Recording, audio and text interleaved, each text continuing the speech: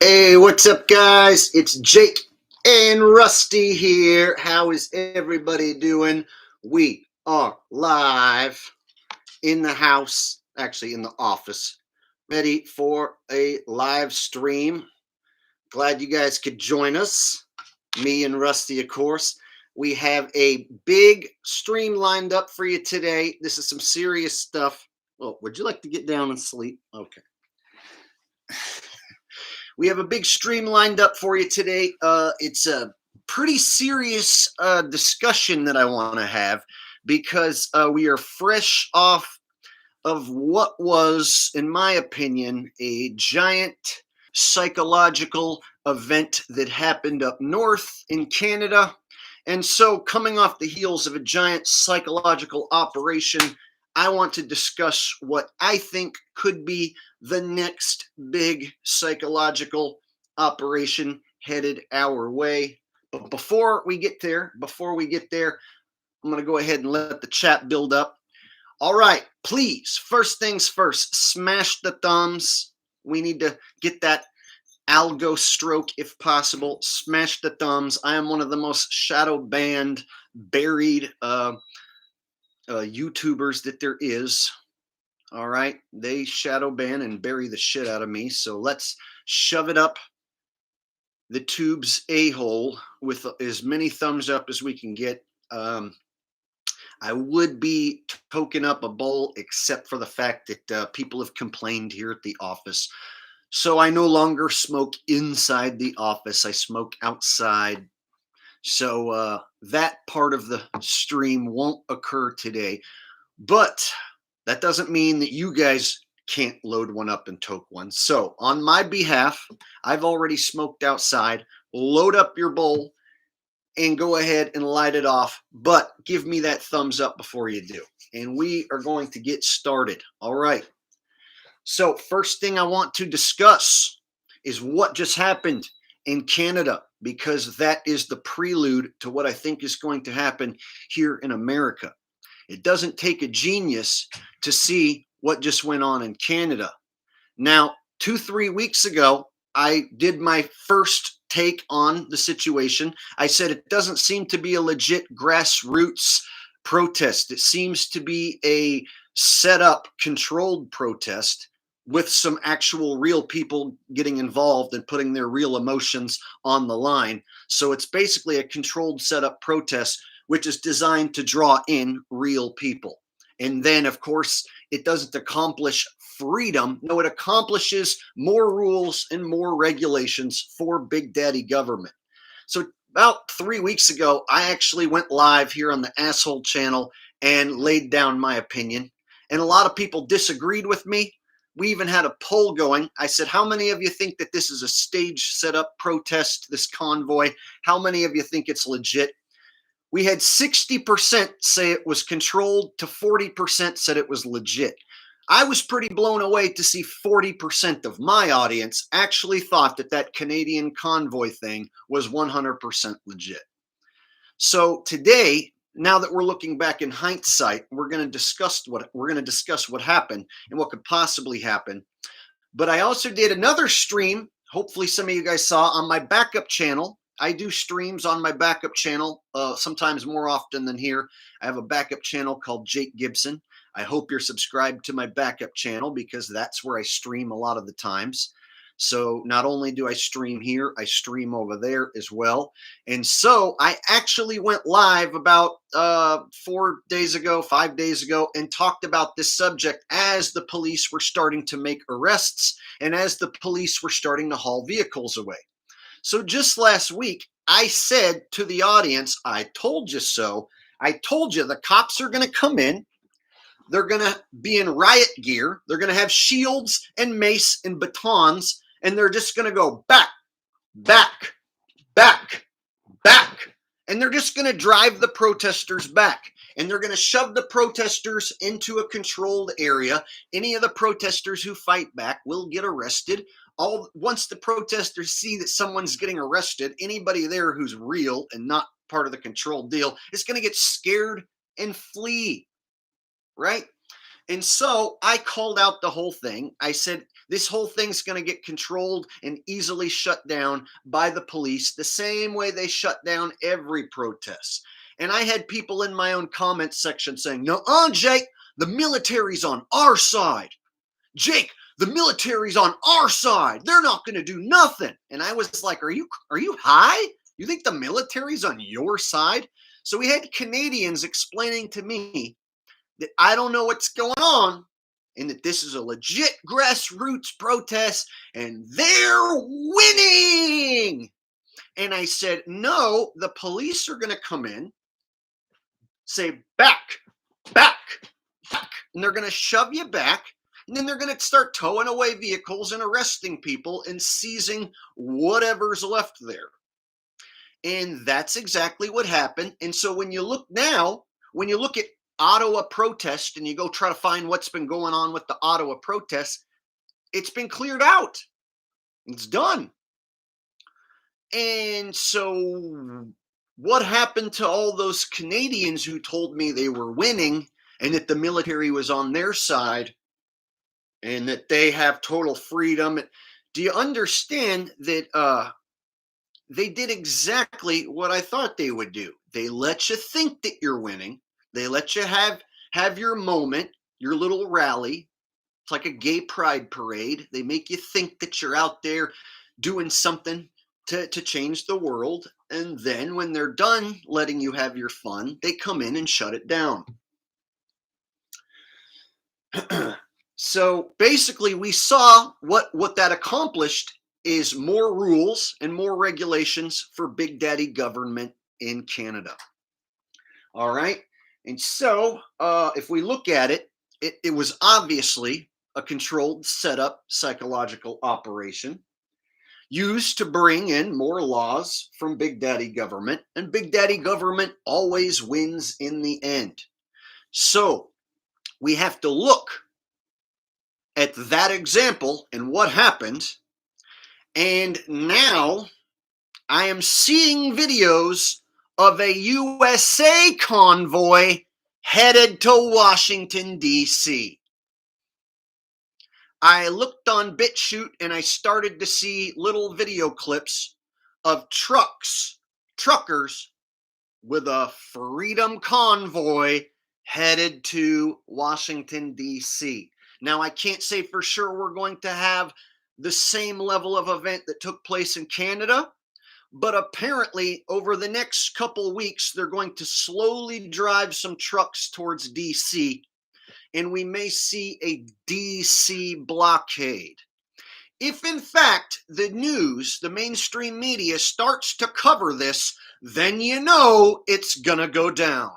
So if the next week or two you start seeing the mainstream media cover a United States freedom convoy headed towards Washington, D.C., don't be an idiot and go, freedom, and then go get yourself involved. Don't fall for it, because look what happened in Canada. But just as I say that, if this thing is to go down and it is to pick up steam, it's not only going to cause a great deal of division across the United States, which is something they like. So they can easily divide our culture between the libs and the Republicans with an event like a DC blockade. So if we are to see a trucker convoy DC blockade and then the mainstream media make a big hoopla over it, the same way they did in Canada, well, now you can expect what sort of deal might happen here. Could we even usher in some sort of martial law in DC? I don't think it would be martial law over the entire country, but could they maybe usher in martial law in the District of Columbia, let's say, for a staged psychological event?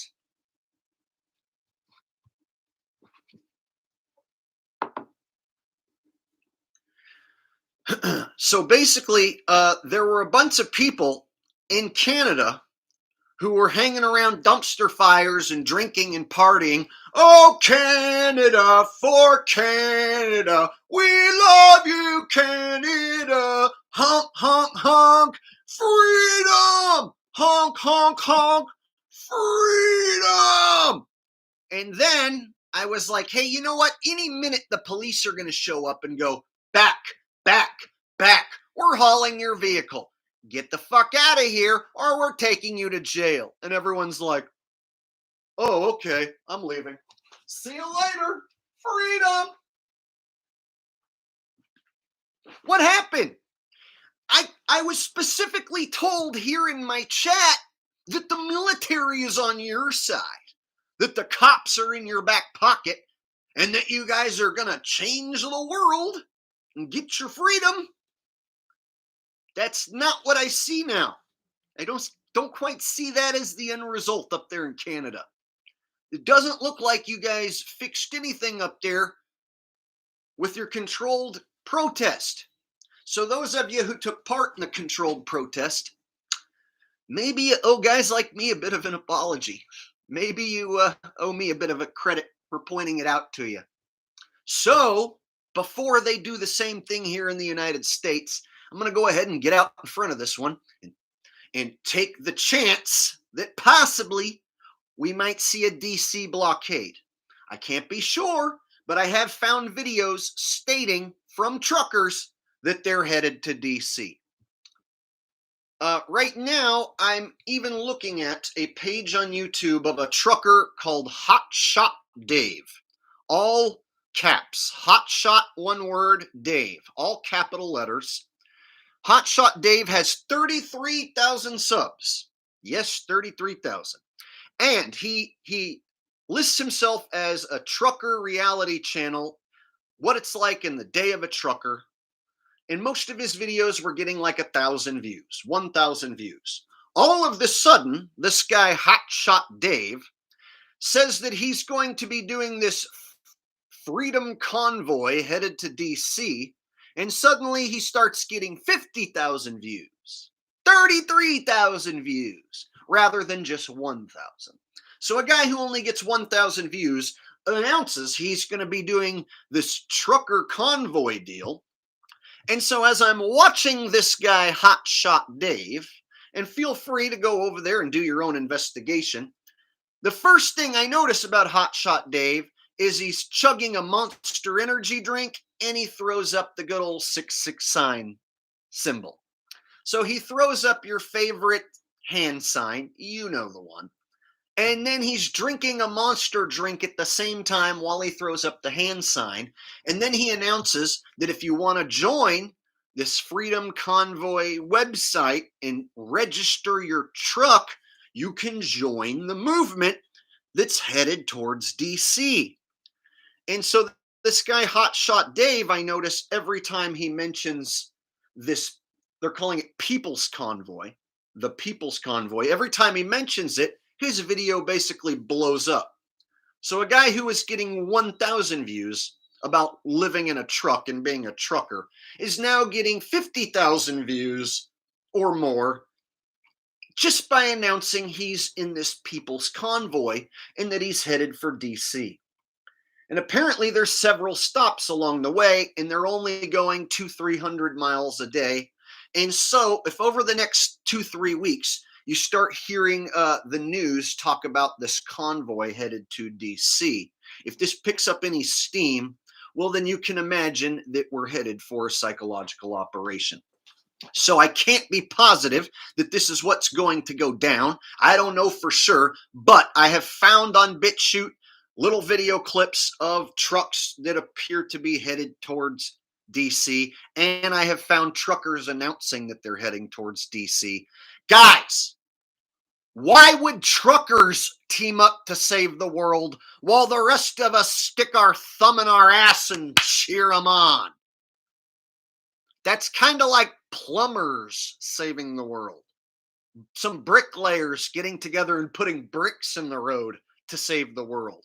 Hey guys, all of us bricklayers are going to get together and lay bricks in the road and we're going to save you.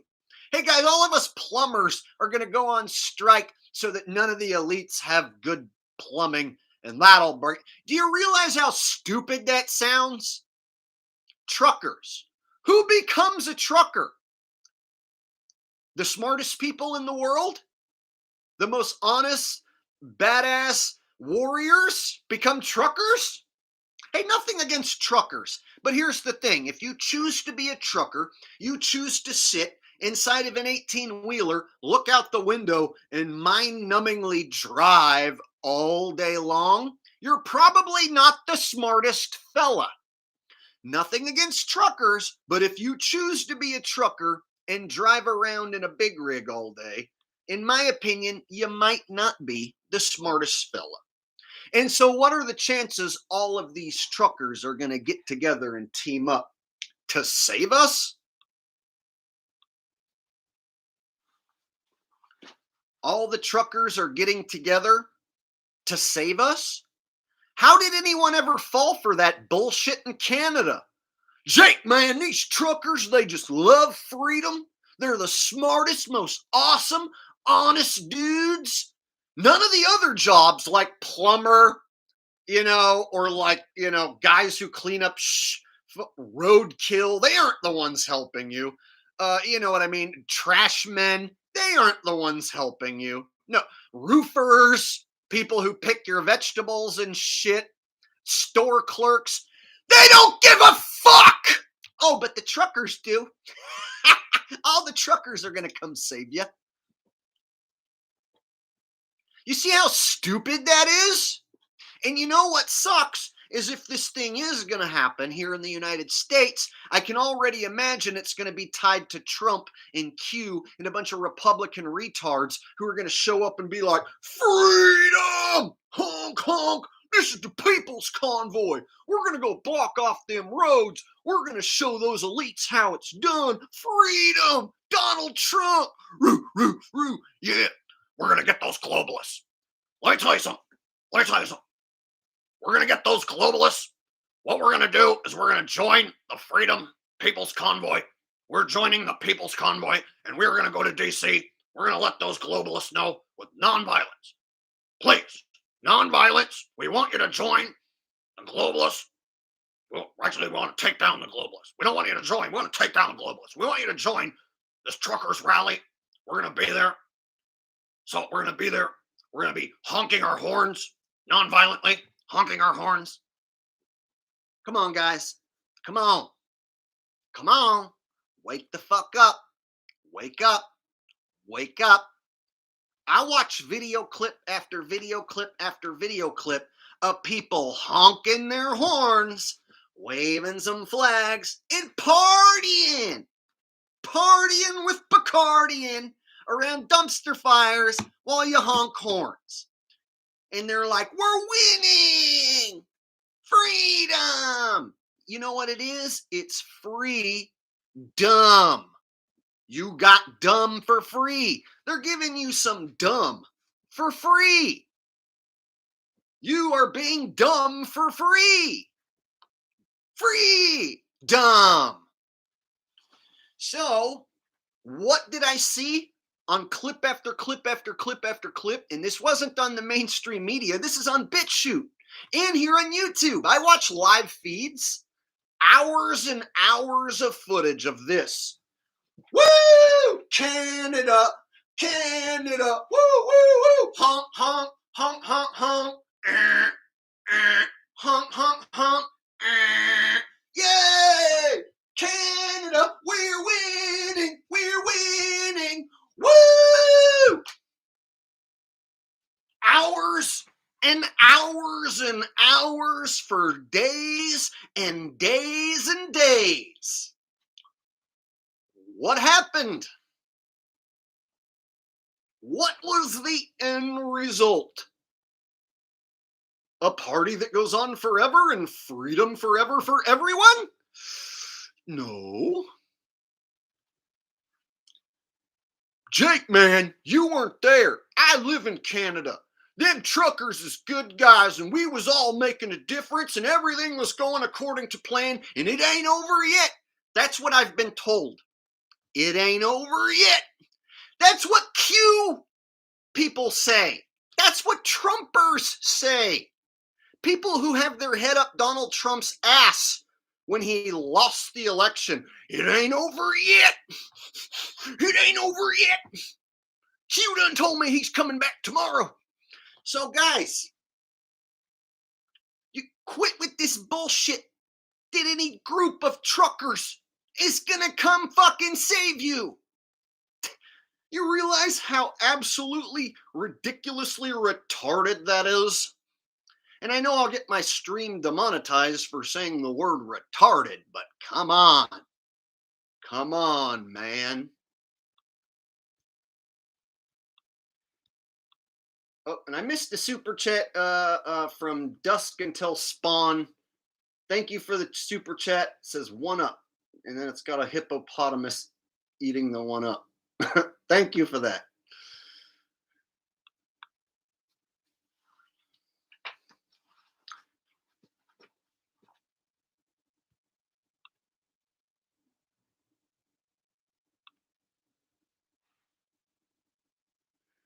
Okay, saw a troll try and say that I'm drunk. No, I haven't had a single thing to drink. 100% sober.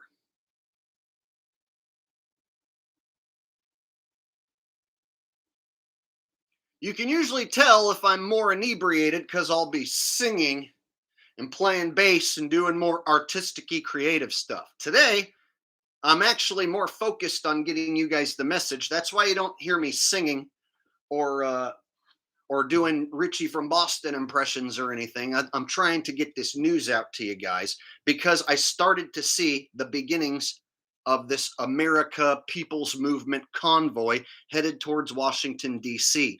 All it would take is for the mainstream media to start covering it for a week or two and say, oh, all these trucks are headed to Washington, D.C. And if they make these guys out to be like total far right wingers, Trump lovers, right? Then the Trump lover people who are brainwashed are going to want to join the same way that the Canadians got brainwashed and joined in. So there's a lot of people who are good people. They just aren't awake enough to understand how a psychological operation works. And so they see trucks parked, they see honking of the horn, and they're like, yeah, that's what I'm going to go do. Now, here's the scary part.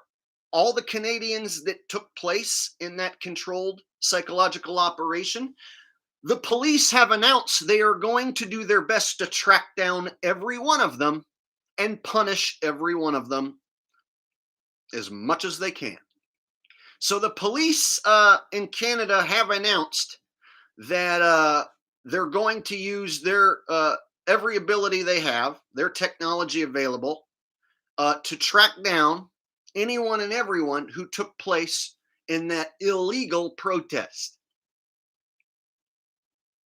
So let's just say a similar thing happens here in the United States. They set up a psychological operation in Washington, D.C. They do a setup blockade. It lasts a week or two. A bunch of real Americans show up, get involved, get their cars towed, get arrested and whatnot. Well, anyone who takes place in that, now they can come up with a new law and say, oh, well, we get to basically invade everyone's privacy to see who was involved in that protest so that we can punish anyone who showed up to that protest. And I'm even seeing controlled opposition as far as the channels that cover these sort of things and the ones that are being allowed to blow up versus the ones that are shadow banned.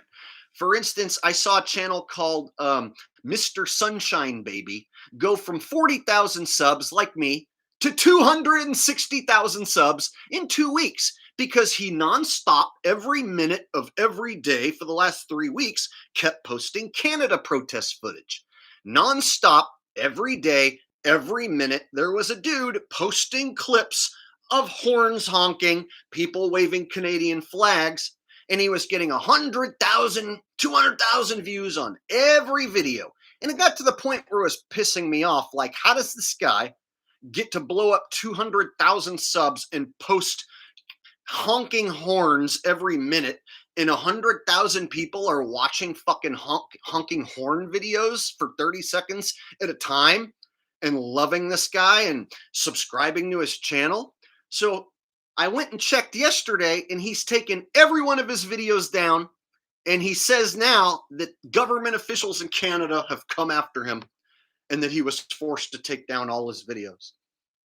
Oh, funny. Funny how a guy I had my eye on the whole time just so happens to then go back and take down all those videos and then claim that the Canadian government called him and specifically told him to take down all his videos or else.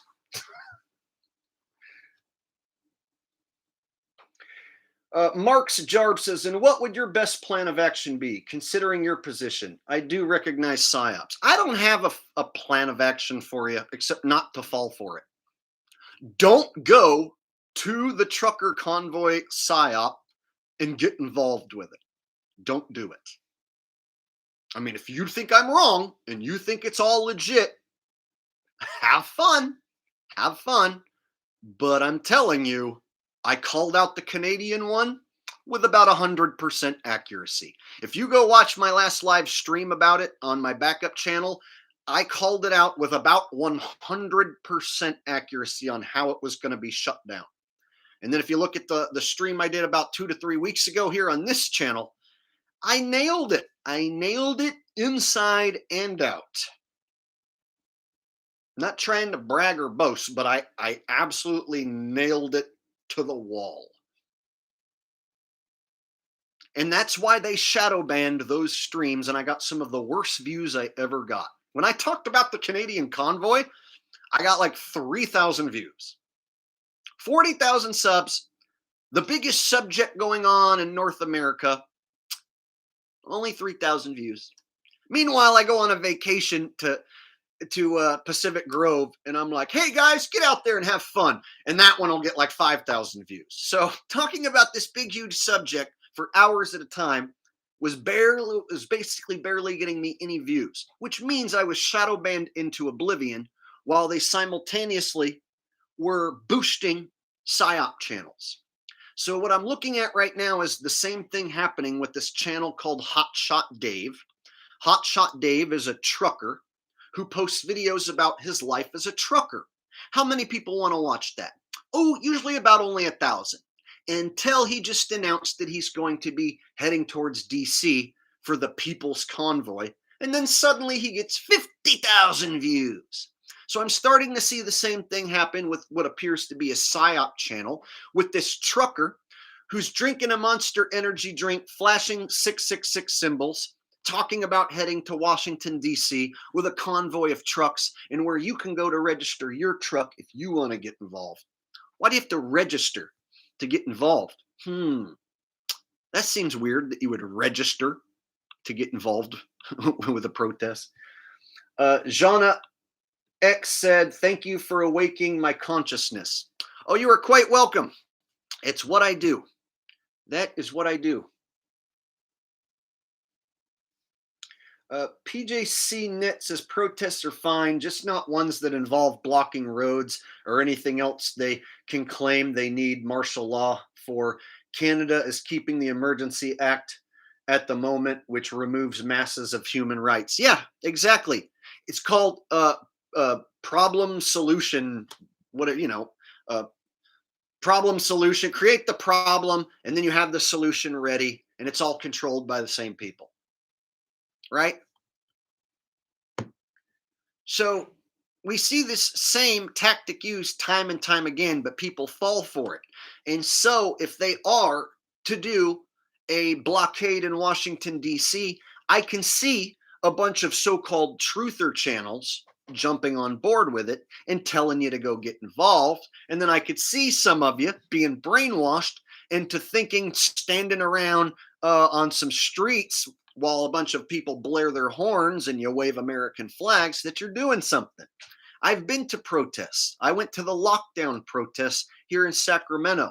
Now that I look back, it's as if the whole thing was set up for us to go there and yell and say our stupid shit. 3 weeks later, the Floyd thing went down and the word protest meant something entirely different. And the lockdown protest was forgotten, completely forgotten. That's how quick people's memories were. Then suddenly the word protest meant cop kneeling on black man's head.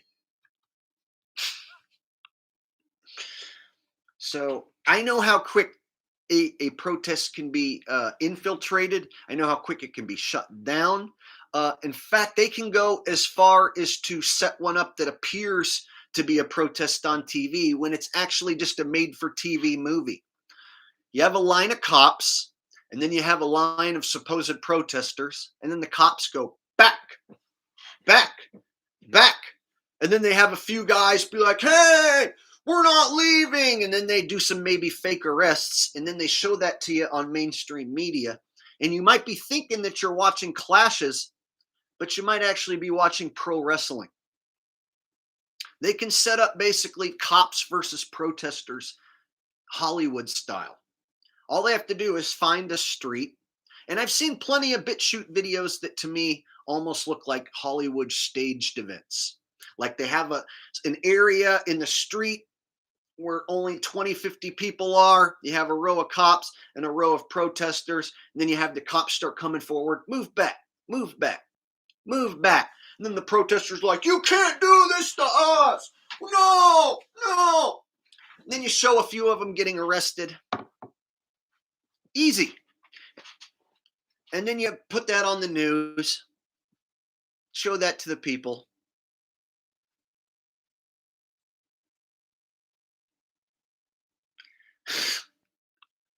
Saul Rosenberg with a donation says, Jake, you need to get right with God or don't. Wonder how Richie's massive dump at the subscriber's house turned out. Was it a floater? But I digress. Hey, thanks, Saul. I appreciate that. Believe it or not, when I first read the super chat and it said, Jake, you need to get right with God, at first I thought it was a troll comment, like someone telling me like I'm not right with God or whatever. And then I realized it was Saul wanting me to talk about Richie. Thanks, Saul.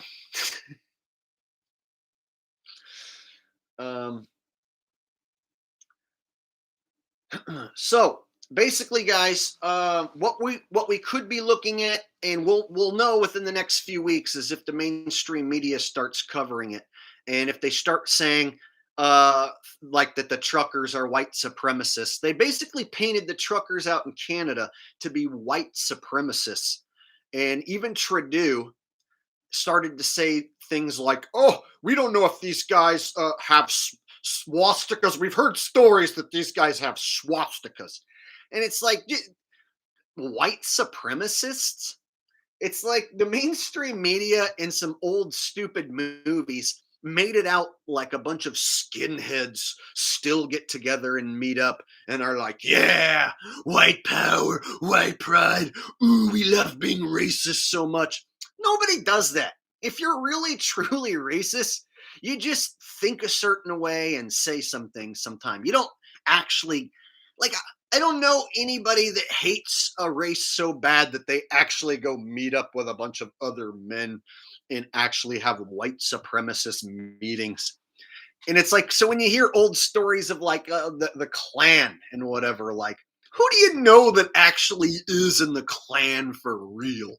Right? Like, so to me, it's almost like made up movie bad guys, kind of like the Nazis that were in the Indiana Jones movies. It's like they're bad guys. They're made for TV bad guys.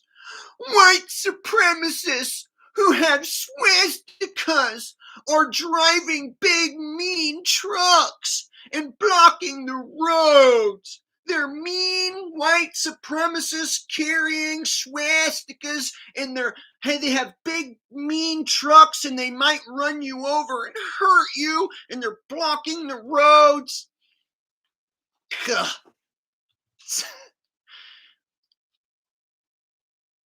But then again, if you're dumb enough to fall for the other side, the far right other side, these truckers are here to save us. Donald Trump's here to save us. Q's here to save us. JFK Jr.'s coming back to save us. Jesus is going to save us. Somebody always coming back to save you on the far right side. Somebody's always working on your side, helping you win. Funny how that works. As far left as you can go, you have something like, hey, inject me with as much chemicals as you can. I like wearing a diaper on my face. I want the government to dominate me. Please dominate me harder. And then on the right side, the extreme right, you have Trump's gonna save us. We're gonna go park our trucks and honk some horns, and we's gonna change the world. See where they got you? See where they got your right and your left paradigm set up to where both sides are equally as retarded? They are. Both sides equally as retarded at this point. Nah, Jake, you weren't there. You didn't see the level of horn honking going on. Let me tell you what, we have those elites shaking in their boots. Man, I was just there the other day, and it was all like, honk, honk, honk, honk, honk, honk, honk, honk, honk, honk, honk, honk, honk, honk, honk, honk, honk.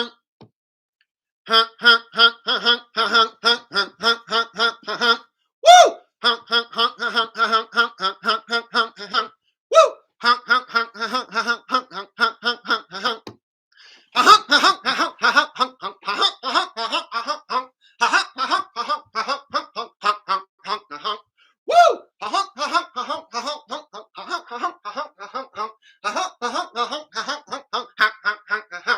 Woo!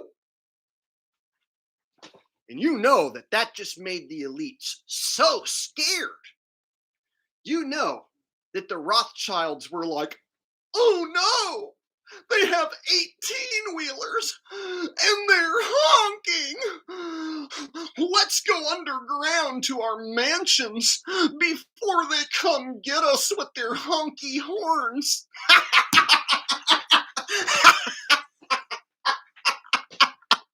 Yeah, man. They had all the billionaire elites shaking in their boots. I think the Rothschilds retreated underground to their giant mansion, or they went to Antarctica to their giant mansion where they have everything and can totally just wait for a while the world ends around you and me. Yeah, man, it was your horn honking. You fucking honked your horns so loudly all the bad guys ran away. And you achieved freedom. Freedom! Honk.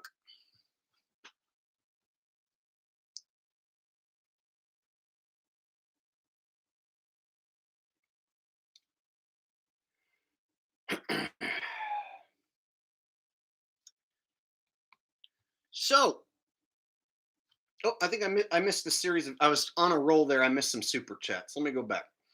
Saul Rosenberg says the MSM is run by Rothschilds. Dude, we're like on the same plane right now, bro. They own Reuters and the Associated Press. Most networks use that as their primary sources, of course. Yep, Reuters and Associated Press. Expect whiny victimhood from people with names like mine. Yes, of course. You're going to see the libs be like, these terrible truckers have swastikas and they're blocking the road and they have white privilege and white pride and they think they have white power and it's because they're racist. They're doing this because they're racist. Yeah. The mainstream media, of course, will run with all those angles. So we haven't seen it happen yet, but if in the next week or two we see this thing I'm talking about start to become a big thing, well, you can imagine that we might have some trouble on our hands in Washington, D.C. Here in America, we might be the next victims of this giant operation. So they may have used Canada as the test run for what's going to happen here. Just saying. Canada may have been the test run for the next official run here in the United States. Got a donation from Mark's Jarbs. Says it's a night of the long knives situation. I see what you're probing at now. So what are you anticipating as another upcoming event given circumstances?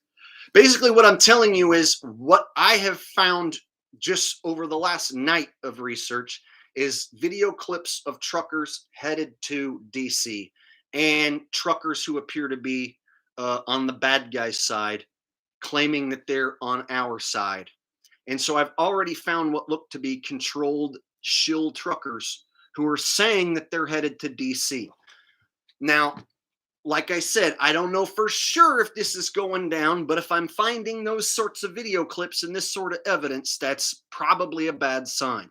So we'll know for sure in the next 2 weeks or so if the mainstream media starts to cover this. And so if all the mainstream outlets start to talk about a people's convoy headed to DC, DC blockade, or anything like that, and they start covering it more and more, well, then we'll know that I'm right about this. So we're going to see. But I was last night, I wanted to check up and see what happened with the Canada protests because I actually covered it 3-4 days ago and then I forgot about it and went on with my life. And then I was like, hey, I wonder what happened with the Canada thing. So I went to BitChute and I just was looking for clips and I couldn't really find anything new. And in fact, everything I found said that Ottawa has cleared out and Ottawa's back to tranquil, that Ottawa is quiet and tranquil and all the protesters and trucks are gone. And I was like, holy shit, they cleared them all out already?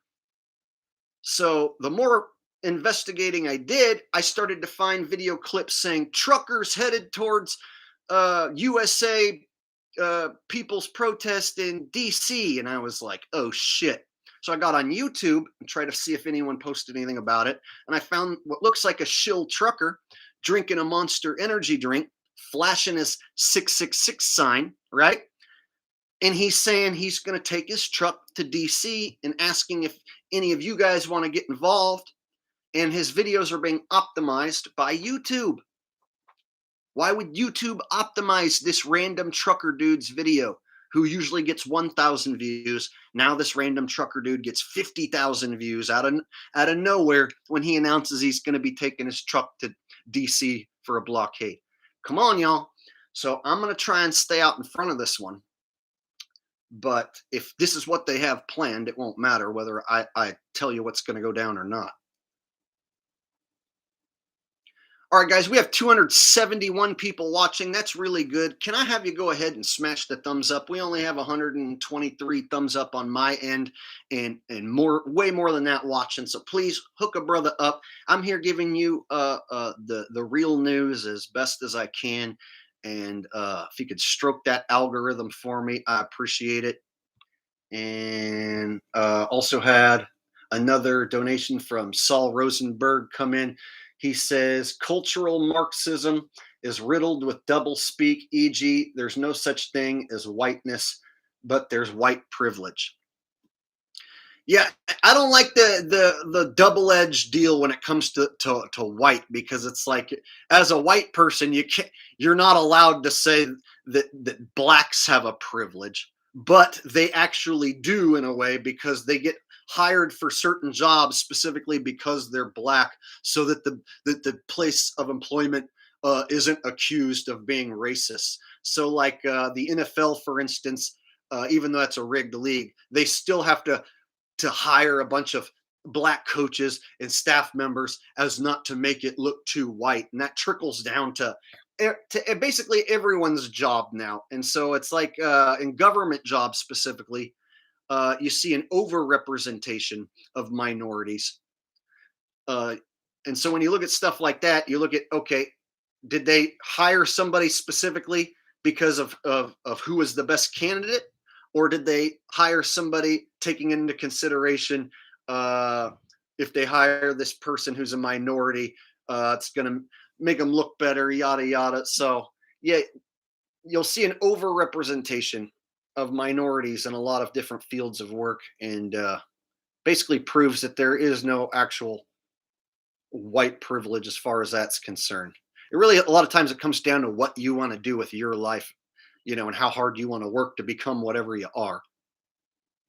So it's like, why do a bunch of Middle Eastern people become store owners? Like, that's not racist. They do. Like, a lot of Middle Eastern people will come over here and then choose to become store owners. And if you think that's racist, well, then how come no matter what hood I go to, there's going to be a shitload of Middle Eastern convenience store owners. No matter what hood I go to, no matter what part of this country I go to, I'm going to find a Middle Eastern dude who owns a store. That means they like to do that. And at the same time, you'll see, certain races of people not choose to do certain jobs. How many Asian people do you know become bricklayers or plumbers? Right? How many women choose to be bricklayers or plumbers? You know what I'm saying? And not even trying to be racist, but there's a lot of jobs that black people just don't want to do and they don't go do. For instance, like if I say black people don't work as hard as Mexicans, somebody will be like, "That's totally racist." But then if I'm like, "Dude, how many black construction workers do you know versus Mexican construction workers?" Basically, it's not even a contest. In fact, I've had people blatantly tell me black people don't do construction. Anything that involves extreme hard work, they just don't usually come do it. And so it's not really racist. It's actually just like saying men built the world and then a woman wants to get offended. Well, women didn't build the world around us, men built the world around us. And who are the men that are choosing to do those extremely hard jobs the most? What color are they generally? And see if you bring any of that stuff up. Like which men do the hardest jobs and do the most building of stuff around us? What color people generally do that sort of thing? Oh, well, now you're just being a no good bigot racist.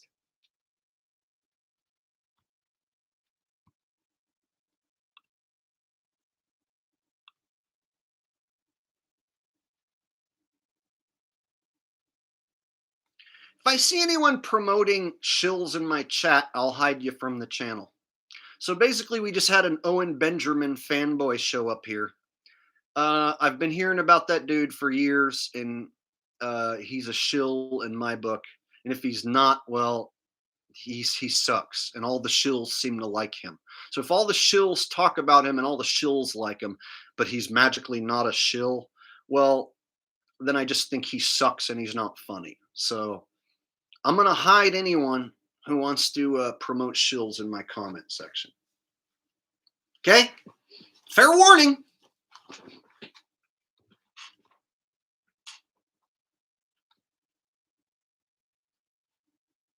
Okay, Bear.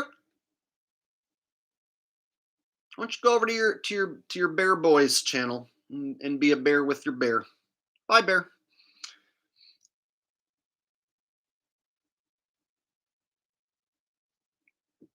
Braxton Hayes says, "Bro, I love you too. Chill on the shills." All right, you're gonna get put in timeout. Say anything like that again, you're banned for life. I have a shadow ban channel. I'm the real deal. I do the best I can to shoot you guys straight. I don't lie to you and I don't scam you. So because of all those things, I have a very low tolerance for when I see people promoting actual shills and scammers. Some of you guys don't think shills exist, or you think that it's no big deal that these guys scam people to the tune of tens of thousands of dollars a year, hundreds of thousands of dollars. And so, hey, if you're here to tell me to chill out on anything that I feel like talking about, I have the ability to put you in timeout or ban you forever. So tread lightly in my comments section because it's my channel and I'm the one who runs it. If you don't like it, you can go not talk about shills on your live stream. And guess what? I won't show up to watch. And so you won't have to deal with me making comments like you make in my comments section.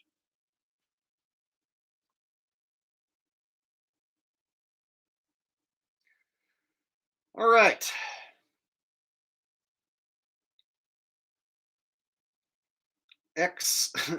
XIO says, "Do people ever tell you that you look like Taxi Driver?" Yes, I've been told I look like a young Robert De Niro a million times. Somewhere around a million. I've been doing this since 2016. I've been told I look like young Robert De Niro soccer player Messi, Adam Levine, Christian Slater, probably a few others too.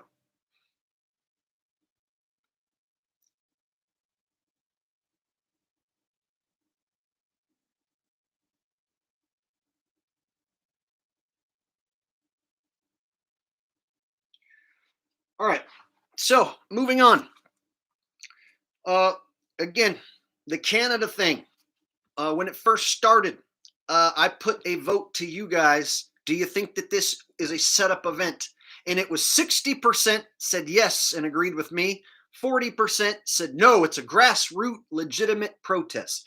And I remember Faith here in the mod in my chat. She's like, dude, how can 40% of you guys actually believe in the Canadian convoy? Like, that's ridiculous. And I agreed with her. I'm like, that number seems to be completely overwhelming.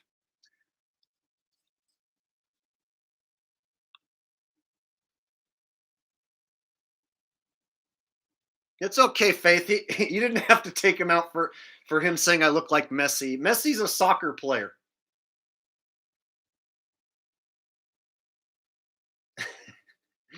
He wasn't trying to diss me.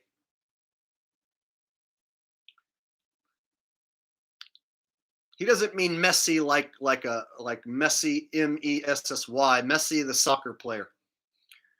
So anyway, sorry about that, dude. If she got you wrong, I think she thought you were trying to troll me by saying I look like Messi. So we did a poll. I know you're not, bro. I understand. She got you wrong. She made a mistake. Yeah, Faith. I've been told I look like a soccer player named Andre Messi, I think is his name. And so when he said, "Yeah, I do look like him," he's just being honest. Okay, so I did a poll, and I was shocked that as many of you guys thought that the Canadian thing was legit because it was to me just such an obvious, blatant setup psyop.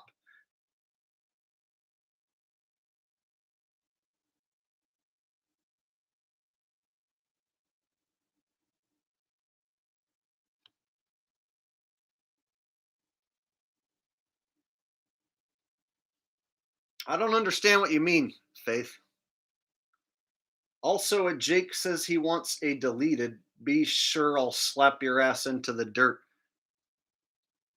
No, Faith, he's saying I told him that people have told me that I look like a soccer player named what's his name? Lionel Messi? Lionel Messi. So I've been told I look like this European soccer player. And so I told him who asked if I know that I look like Robert De Niro. Basically, you got he's not a shill trolling me. He seems like a genuine dude just saying that I look like someone. Anyway, let's move along.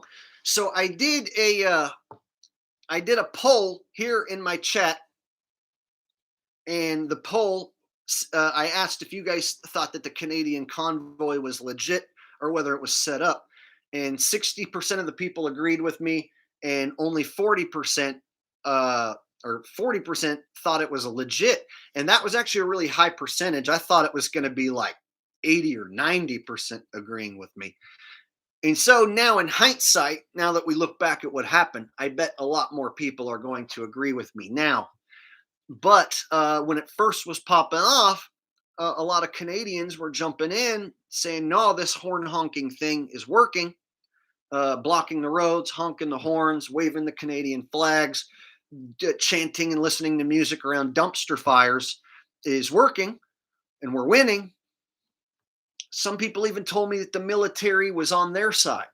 I had comments right here in the chat say, Jake, the military's on our side. They're standing with us.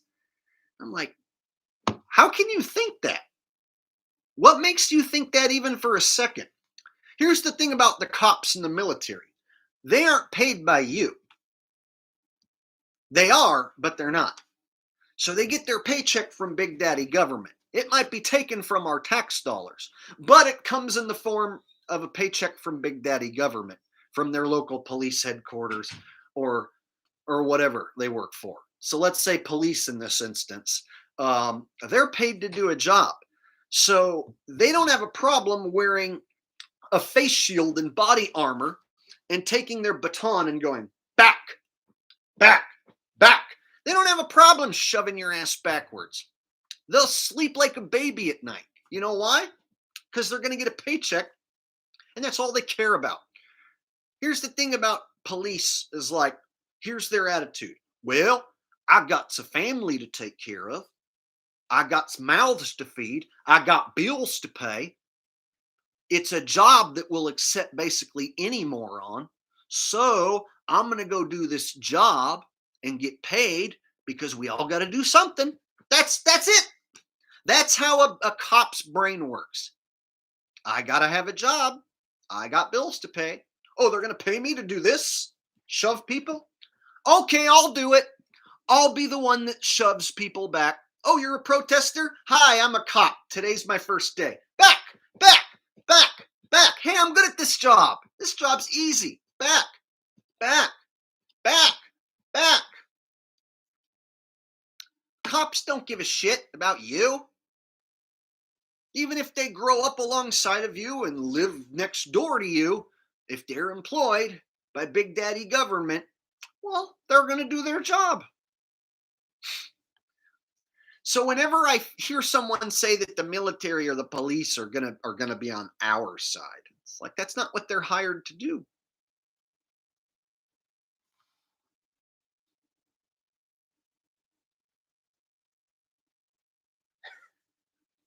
Faith, it's all good. I know you're trying to protect me because we get a ton of trolls. Faith is here modding. We get a ton of trolls, and I don't give away a ton of wrenches because I get infiltrated, and I don't want to have too many people blocking and executing people, because if I give away too many wrenches, then I notice anyone without a wrench just starts getting taken out. And then I have to get rid of people with a wrench who abuse their power. So if I give away too many wrenches, then I notice comments just start disappearing the whole time. And then I go back and find out that I have moderators who are going over the top. So I try not to give away too many wrenches, but at the same time, we do get nasty, nasty trolls in here. And so from time to time, I've made mistakes and accidentally banned people who were making jokes and were big fans of mine. And so I know it happens to on accident sometimes. So basically, don't come in here and make yourself look like an obvious troll. Otherwise, you run the risk of being banned. But it does happen by accident from time to time. So basically, a guy came in here and I told him I look like a soccer player, and he agreed. And then Faith is like, "Fuck you!" He's cool. He was just agreeing with me that I look like a soccer player. Yes, Kenny, I've known you to hang around here for years. You're in. There you go, Kenny.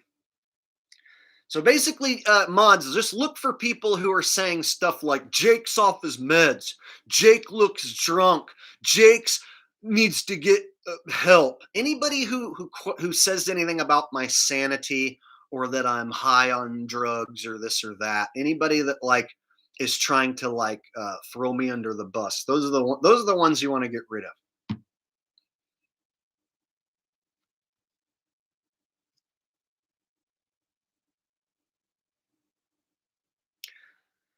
All right.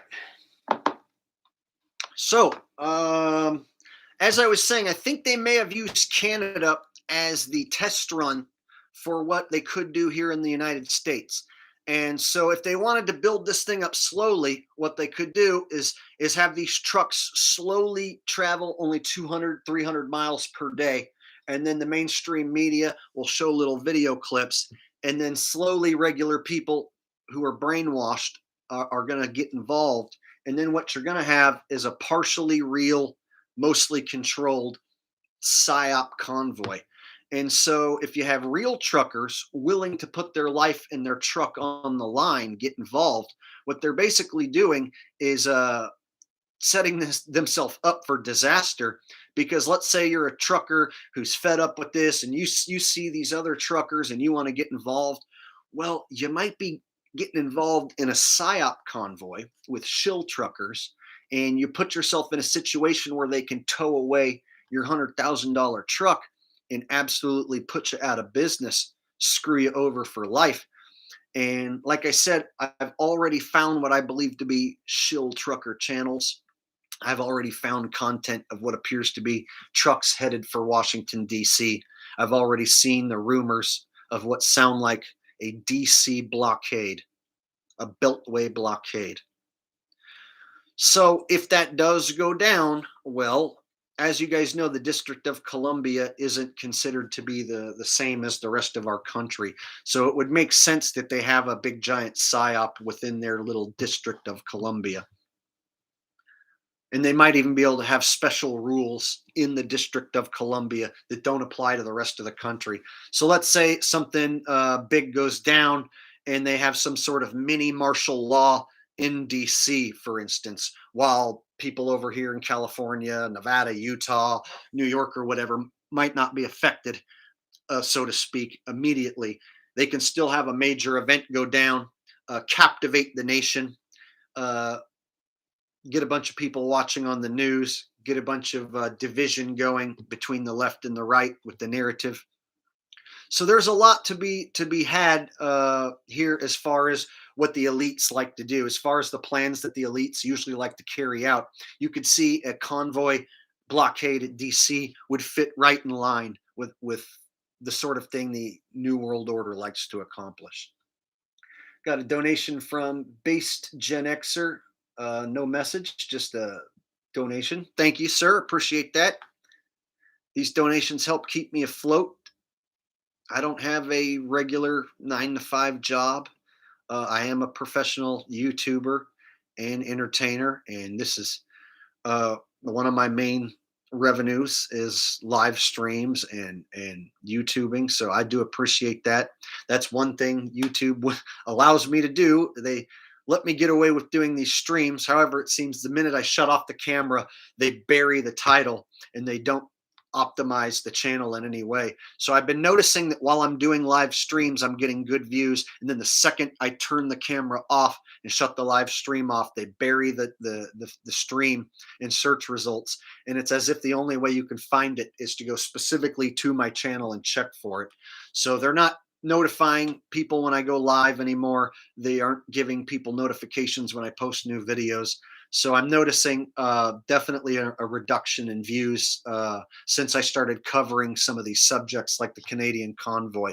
I was seeing other channels get optimized, getting what seems to be too many views. Meanwhile, simultaneously, I was getting subs removed from my channel the minute I would go live. I was seeing 20 to 50 subs literally disappear the second I would hit the live button or post a video. And so YouTube has ways of punishing content creators such as myself, which is a shame. But for the moment, they are still allowing me to go live and still allowing me to make super chats. And so, with what little bit they are giving me, I'm doing my best to get the information out there to you guys so that you guys see what's coming. And right now, I think it's looking like People's Convoy, DC blockade, may be the next thing, which also fits in line with the NWO card, the truckers strike card, if you will. So we might have saw only a test run in Canada. We might even see a bigger version headed for DC.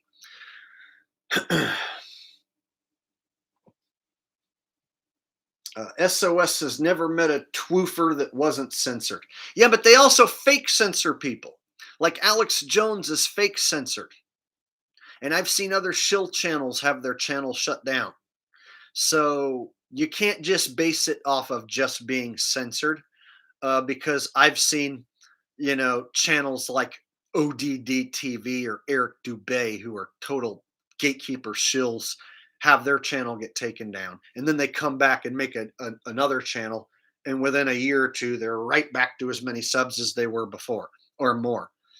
And so You look at someone like Alex Jones. We all know for sure that that dude's controlled, and he's like, "They took me off you. They censored me from YouTube. I'm being banned. I'm being censored." It's like, yeah, right, dude.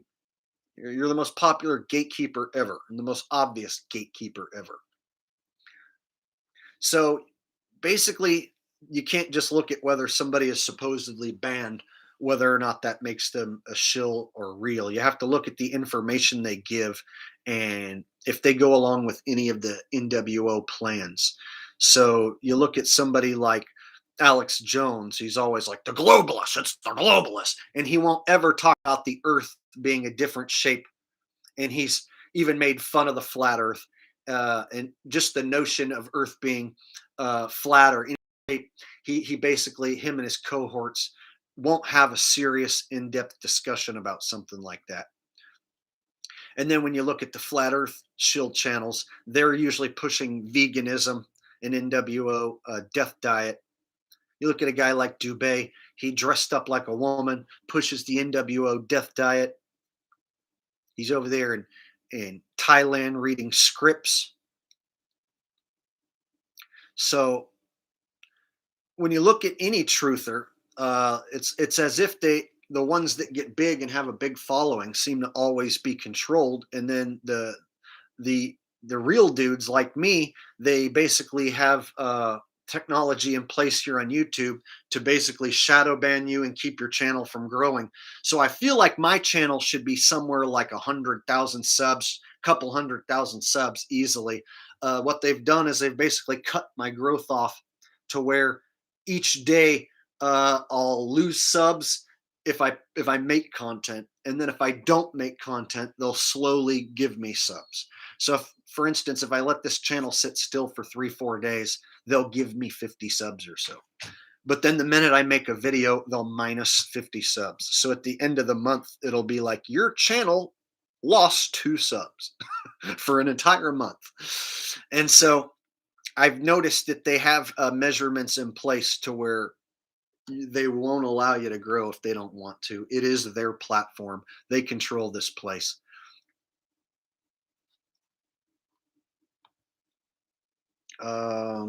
Let's see. Someone asked what happened to Boylan. Last I heard, he went to Mexico and he rarely ever posts anything anymore. He's got a couple backup channels under Math Powerland, and every great once in a while he'll post something, but sometimes it doesn't even have his face or him talking in it, making me wonder, if someone's posting on his behalf now or what. So that guy basically went MIA at this point. Last I heard, he went to Mexico with Katie to raise their kid.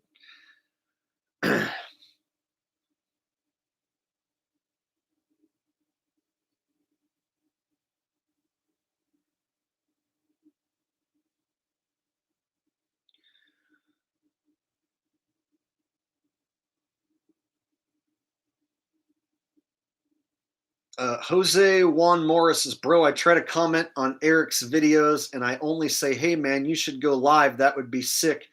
And it won't let me comment. Yeah, Eric doesn't go live because he's controlled and he reads a script. And what they've tried to do is create this like aura and this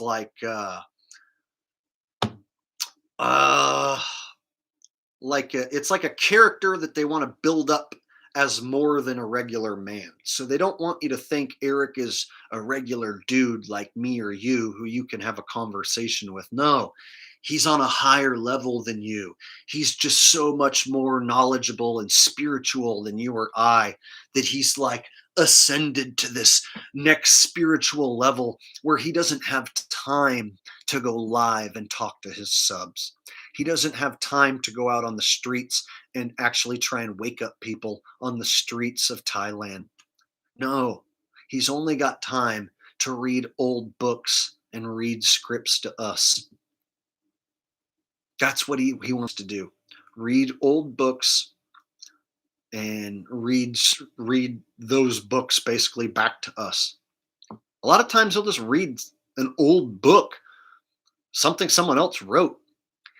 And when I called him out years ago as being a puppet who's controlled, that's when he made a video pretending to be me.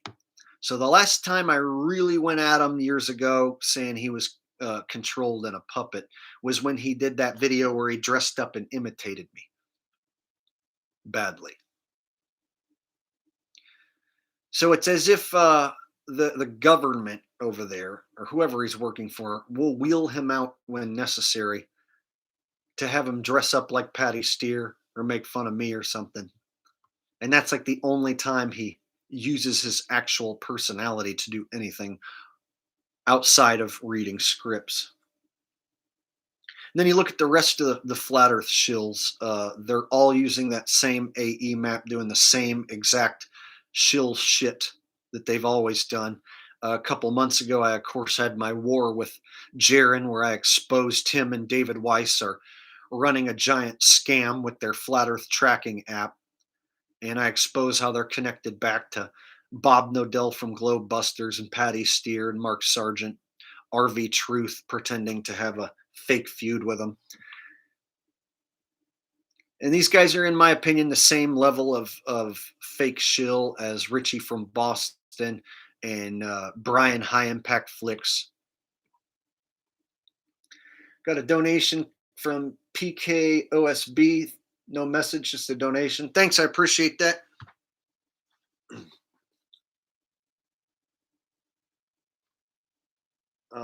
Powder Dry says Mr. Thrive and Survive. I haven't watched him in forever, but last I remember, I was skeptical of him, and I think he was on my shill list as well. So I haven't watched him lately, but last I remember, I don't think I like him.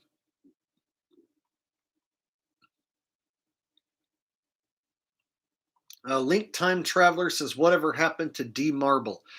D Marble, I think, I don't know if he was a full-on shill or if he was just a useful idiot who figured out that he was a useful idiot and now he just quit. But I know he got heavy into crypto and he had a day job. And so I think he was working a day job, living out of his van and just saving his money. And he was also doing crypto. So I think he did well with crypto in his day job. And then he bought a house and property in Arkansas, last I saw. Last I checked on his channel, he bought some property in Arkansas and then he just stopped making content. In fact, I'll check his channel out right now. Because at one point he came at me and tried to make me out like I'm the shill and he's the good guy. And I remember a lot of people fell for that fucking shit. But D Marble's a good guy. Jake's a divisive shill. Here to hurt the community.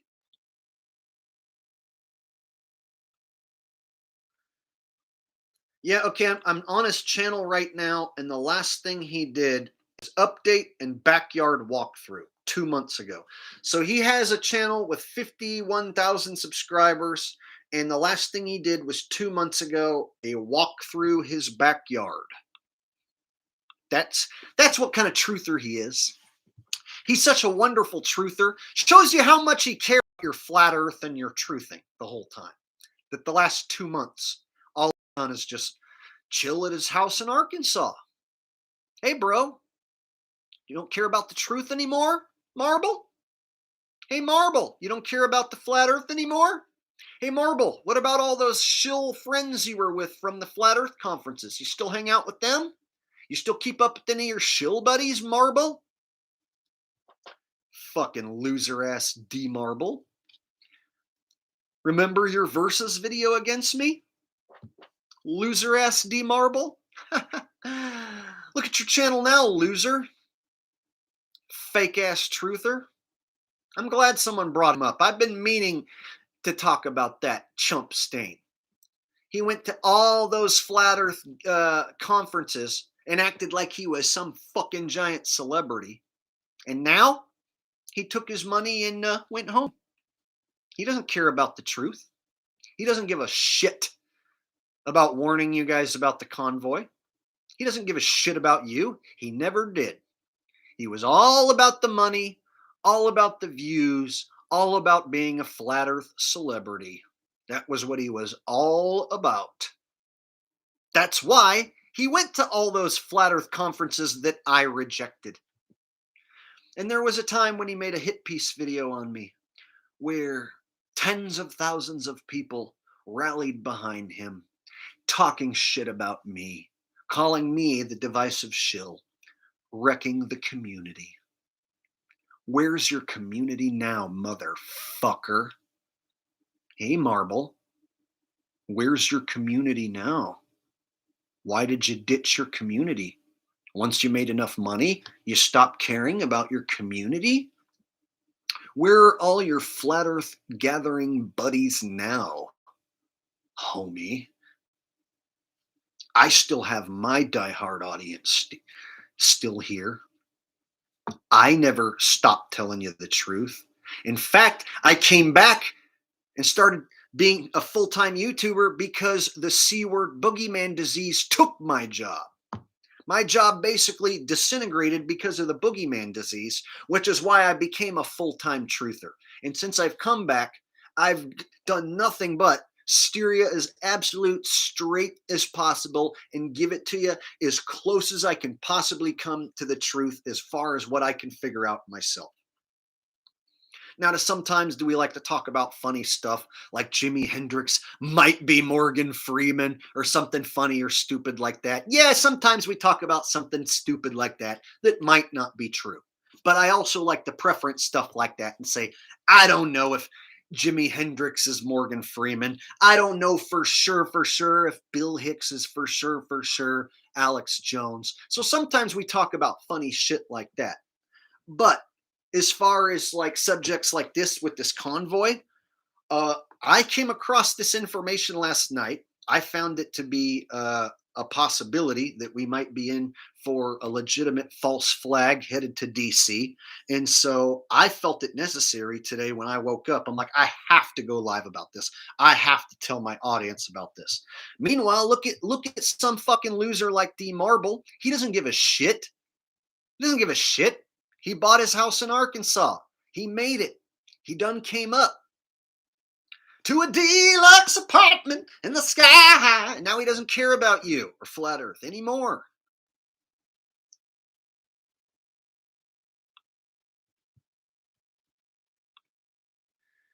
Pot Fried 420 says your bass jams are tight. That's cool. You were singing for old people. Oh yeah, it was a great job. Oh, and thanks for the compliment about the bass. Maybe at the end of my stream, I'll do a little bass jam.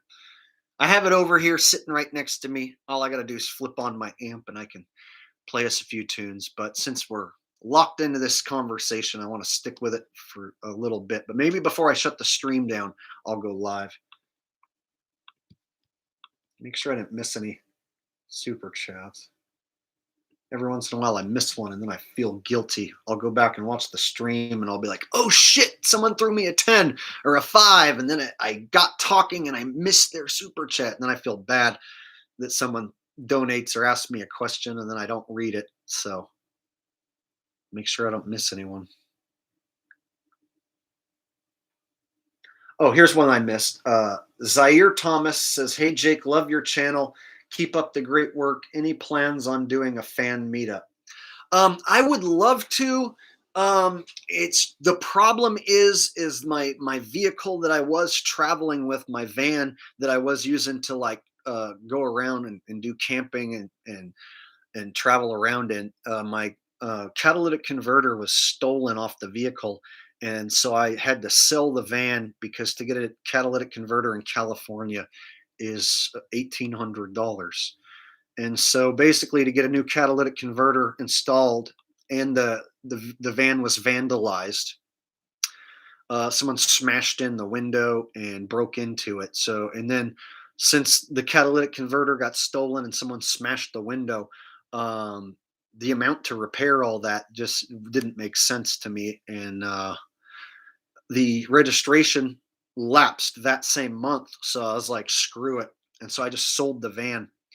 So I sold the van and I just have a car now. And so I don't have the best vehicle for traveling.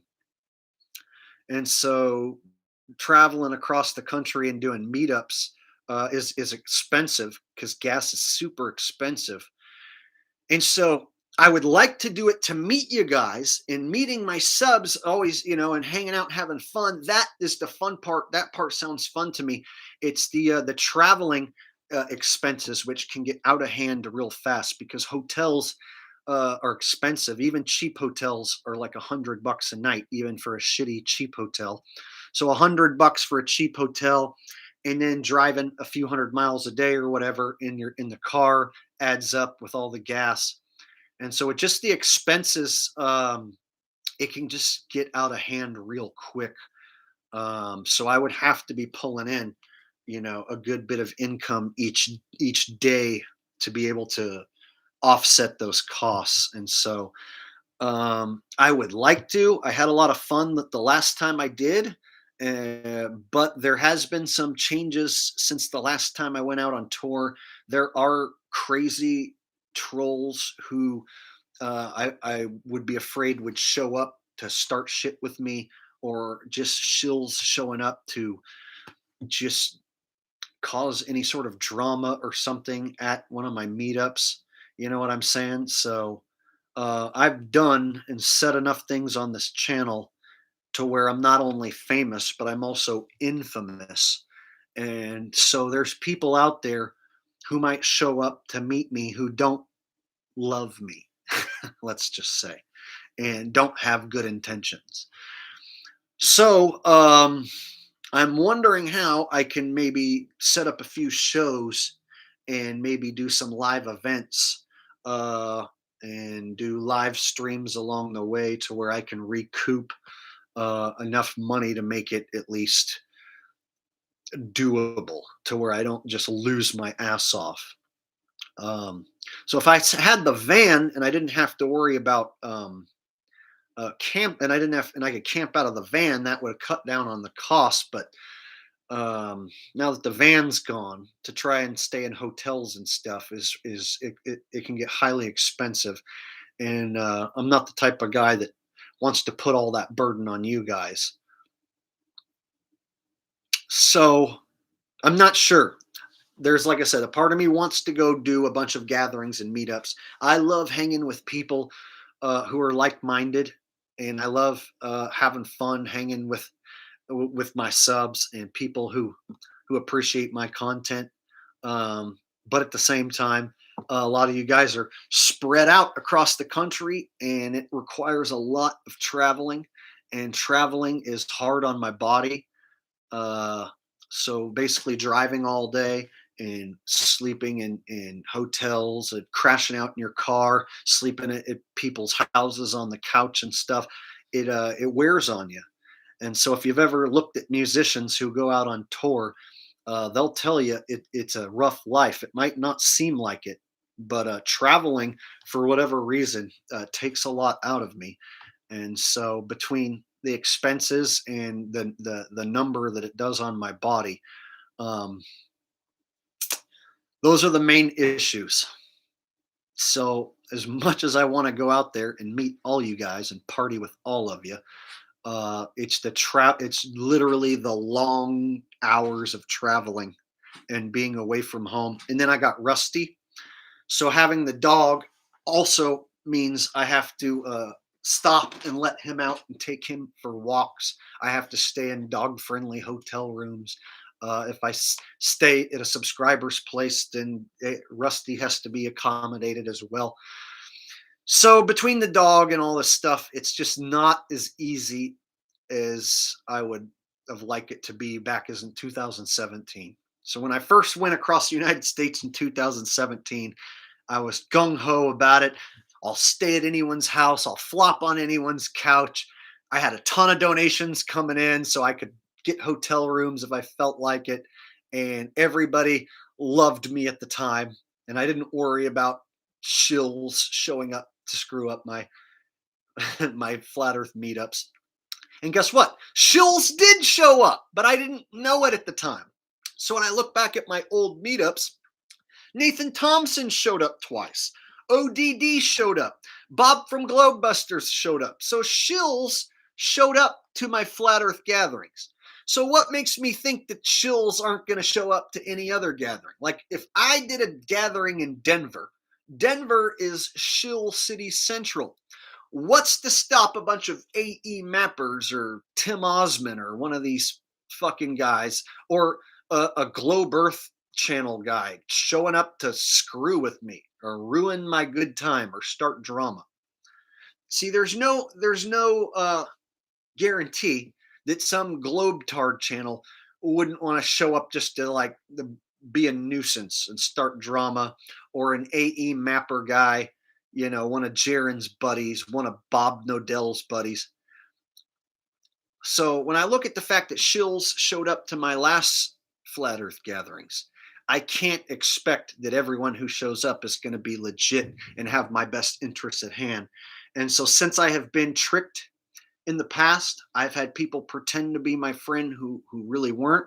I've been burned by this flat Earth cult of AE mappers and content creators and people who are in the hit piece documentaries, to where I'm highly, highly skeptical, and to the point where even good people who are like, Jake, I want to offer you to come stay at my house. Even some legit people, I'm like, I don't know you. I don't know. No thanks. So I've turned down plenty of people who want to hang out with me, want me to come to their house, want me to hang with them, because I'm just so skeptical of people.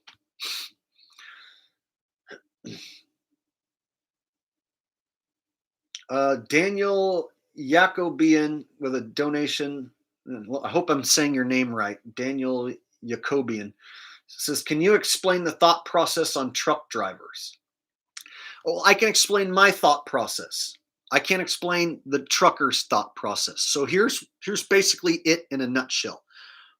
Why would truckers, a group of men who chose to drive a truck, why would they be the ones that plan for your freedom? Why wouldn't plumbers save you? Why wouldn't a group of bricklayers save you? Why wouldn't a group of construction workers save you?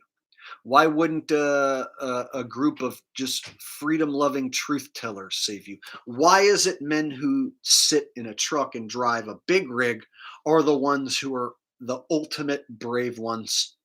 They're the ones that truck the food. So I have a hard time believing that the men who choose to drive trucks are also the ones fully responsible for getting together to create this natural organic protest so that they can save us. That doesn't make sense to me on just a logical level, that truckers all got together to save us, but no other occupation is willing to do it. So you have to think, who decides to be a trucker? Did I decide to be a trucker? Did you decide to be a trucker? How many of us here are truckers or know someone who drives a truck? And then you got to think of the people who do drive a truck. Are they all dumb? Not necessarily, but you can't consider people who choose to drive a truck to be the most smartest individuals. To me, it would be a more smart thing to own the trucking company rather than drive an 18-wheeler all day. So if I look at the people who choose to drive 18-wheelers all day and what type of people they are, and how intelligent a man is who wants to sit in a truck all day and stare out the window all day, it's probably not going to be the smartest, most tactical fella as far as fighting back against the government. And so, are we really going to think that a group of men who drive trucks and stare out the window all day are the smartest ones and are going to concoct a plan that are going to save me and you? I just find that to be highly unlikely. Javid Ben Cosme, I hope I'm saying your name right. Javid Bakosmi says, I drive famous rapper Ace Hood around. He tells me tours and jet lag is tough, but what helped him a lot was being in athletic shape. Get back into boxing shape gets harder the older you get. I've never heard of the famous rapper Ace Hood, whoever you're talking about. But yes, driving around and traveling is rough on the body.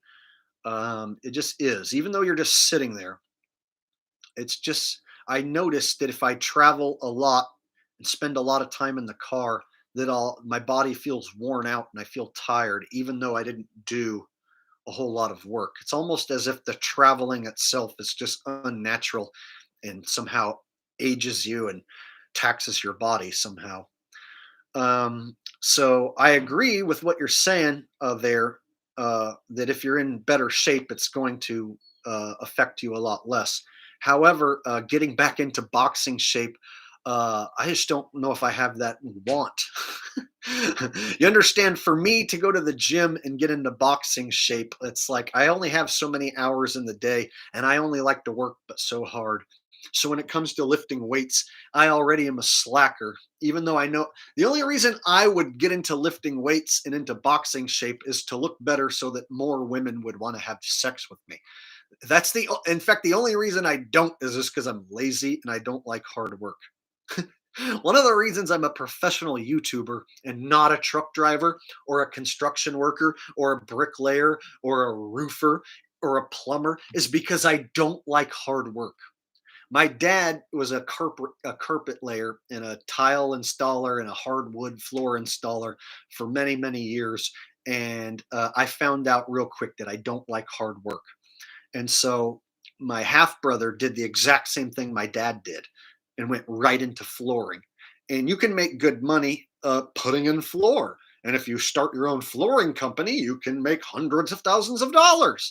However, I don't want to put in floors. I knew when I was 5 years old, when I went to work with my dad, that I didn't want to do that. And then when I got older and tried to do it a few times with him, I knew right away that I don't like hard work when it comes to doing somebody else's business. On the flip side, if I'm singing and performing, I will perform until the last bit of sweat and energy leaves my body. In fact, there's been concert performances where I am drenched in sweat and gave my last ounce of energy to the crowd because that is me working hard at my art form and what I love to do. So when it comes to working hard, I only do it if it's something I really love or want to do.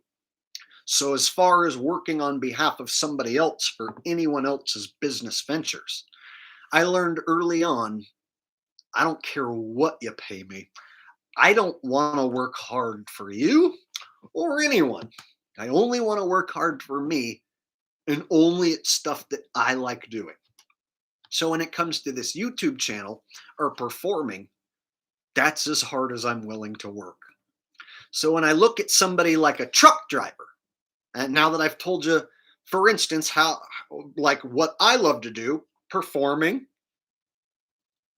comedy, making people laugh, making people dance, making people sing, making people happy, making people think. That's what I love to do. That's what I do for a living.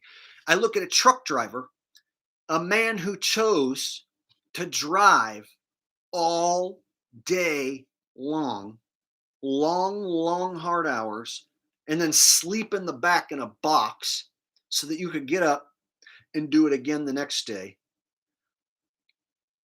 And what do? You look out the window the whole time.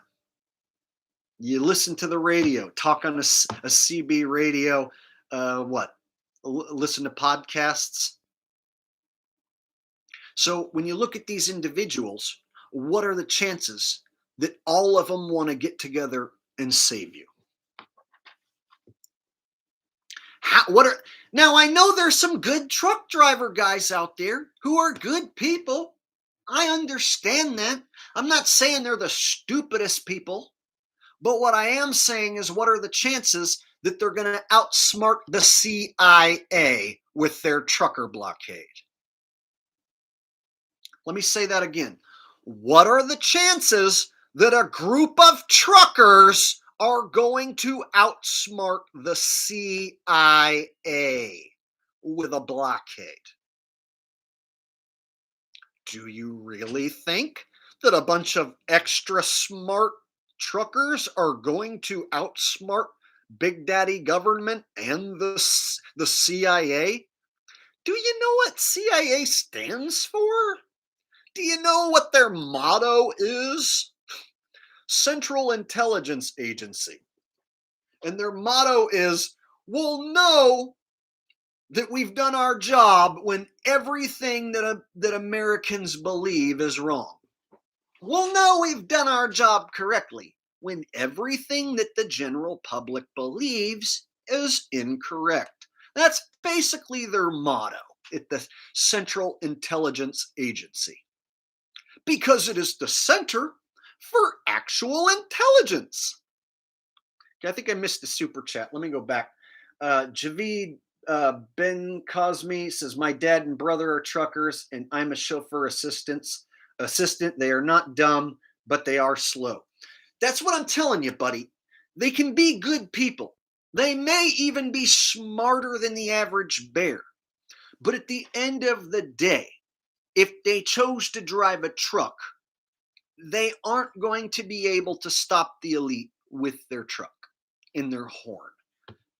The elites did not set this whole thing up to be beaten by 18 wheelers and some horns. Do you realize that the elites live in mansions and have more money than God, more money than you can imagine that ever existed? And they don't really care if truckers block some streets. In fact, that's why they set the whole thing up, is because, like, how would that affect somebody who has many mansions and every bit of supplies? Somebody that knows where the secret land is, what secret foods are going to keep you alive longer than others.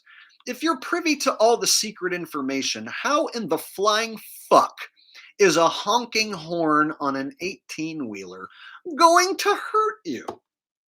Someone explain to me how an 18-wheeler parked in Washington, D.C. or Ottawa, Canada is going to make a Rockefeller shaking their boots.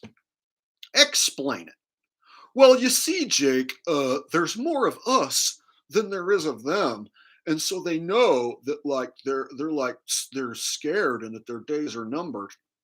Seems to me they're just sitting there in their giant mansions laughing at us because they planned to this, and then we're doing it, going along with it, believing in it. Seems to me they're sitting there in their mansion laughing at us, not quaking in their boots.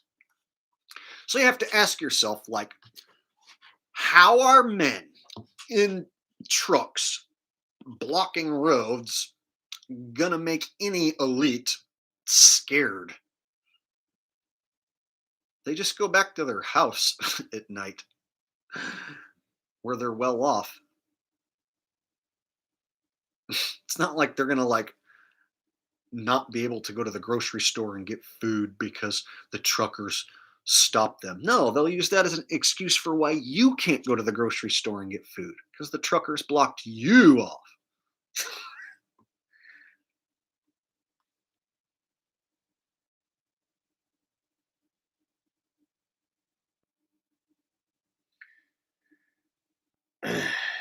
I missed, I think, another donation too. Let me make sure I didn't miss any more.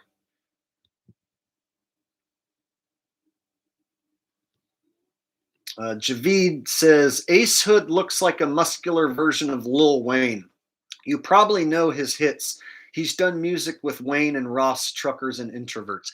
I can guarantee you I don't know who he is because I've never heard his name, and I don't listen to newer rap. I stopped listening to rap after, like, the West Coast gangster rappers died out. So I stopped listening to rap a long time ago, like over 20 years ago. So I don't listen to new rappers. So I know who guys like Lil Wayne are, but I don't listen to their shit. And if you force me to listen to it, I'm going to hate it. So trust me, I'm out of the loop as far as rap goes because it sucks now, and it's the easiest form of music to create. I like to listen to rock and roll, and my favorite band is an old ass rock and roll band that's been around for longer than 50 years. My favorite band is Blue Oyster Cult. because it actually takes skill and lots of it to get up and perform live music and play instruments. And so I like to listen to music that has actual drums and actual guitar and actual singing. And if I was to go back and listen to rap, I would listen to old ass gangster rap like the stuff they played at the Super Bowl. That old garbage.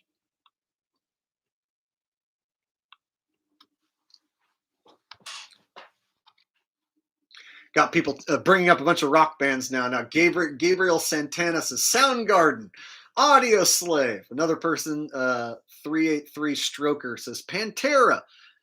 All those are good. I like Cornell's voice a lot. I'm one of the few people that can sing Cornell songs. So I can sing any of the Seattle grunge era guys. So that level of that mid-range, low range singing is perfect for my voice, and so I'm able to sing all those guys with ease.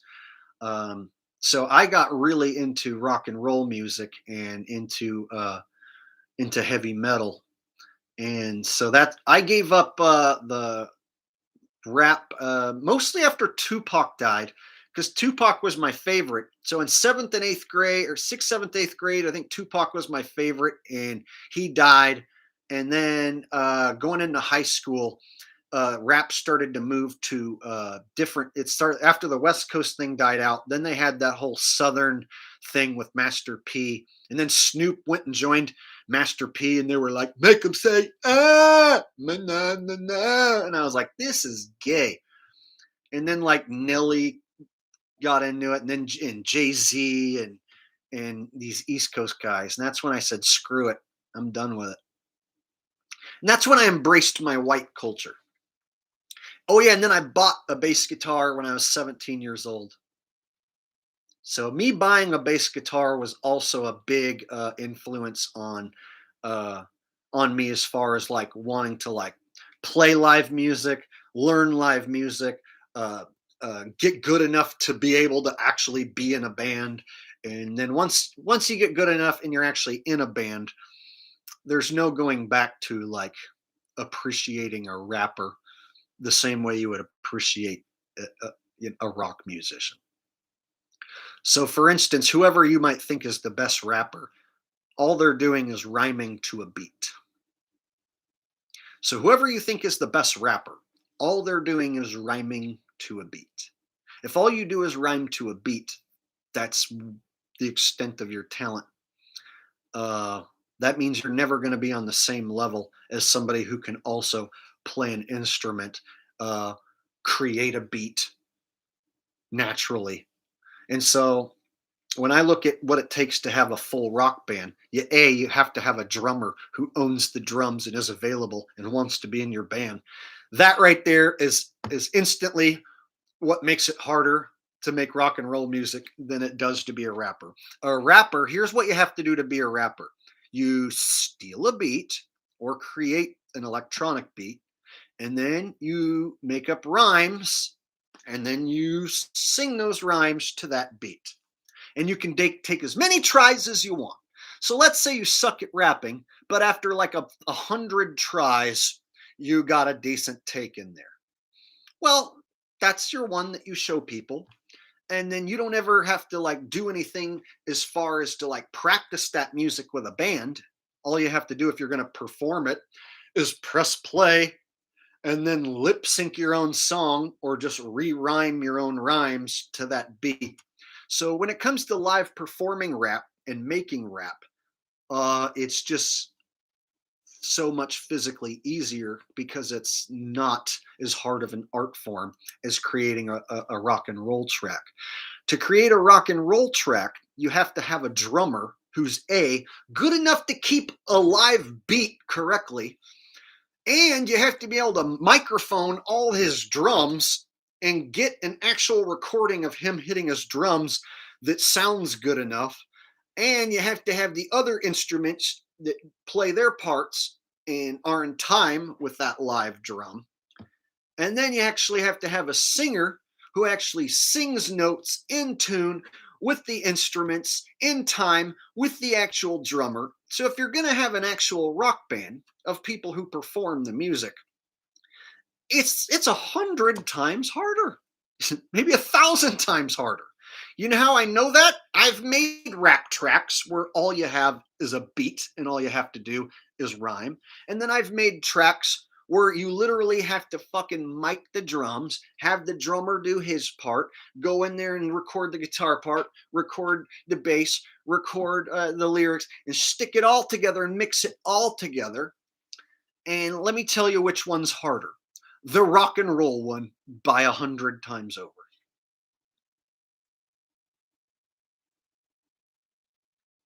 For instance, I created, or me and Thomas created Joe Biden Likes to Touch Little Children in like 3, 4 hours. We found a beat, we hijacked a beat, and then I just was like, Joe Biden loves to touch little children. Joe Biden wants to touch up on some women. So when you hijack a beat and then you just rap over the top of it or sing over the top of it, you basically cut your workload by a lot. And if you actually have to make that music, physically create it, the workload goes drastically up and through the roof.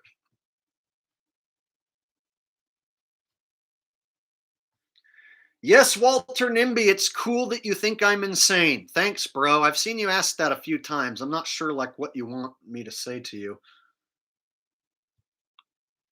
Hey, Jake, is it cool I think you're insane, but you like me anyway? Yeah, man. That's cool. There you go, bro.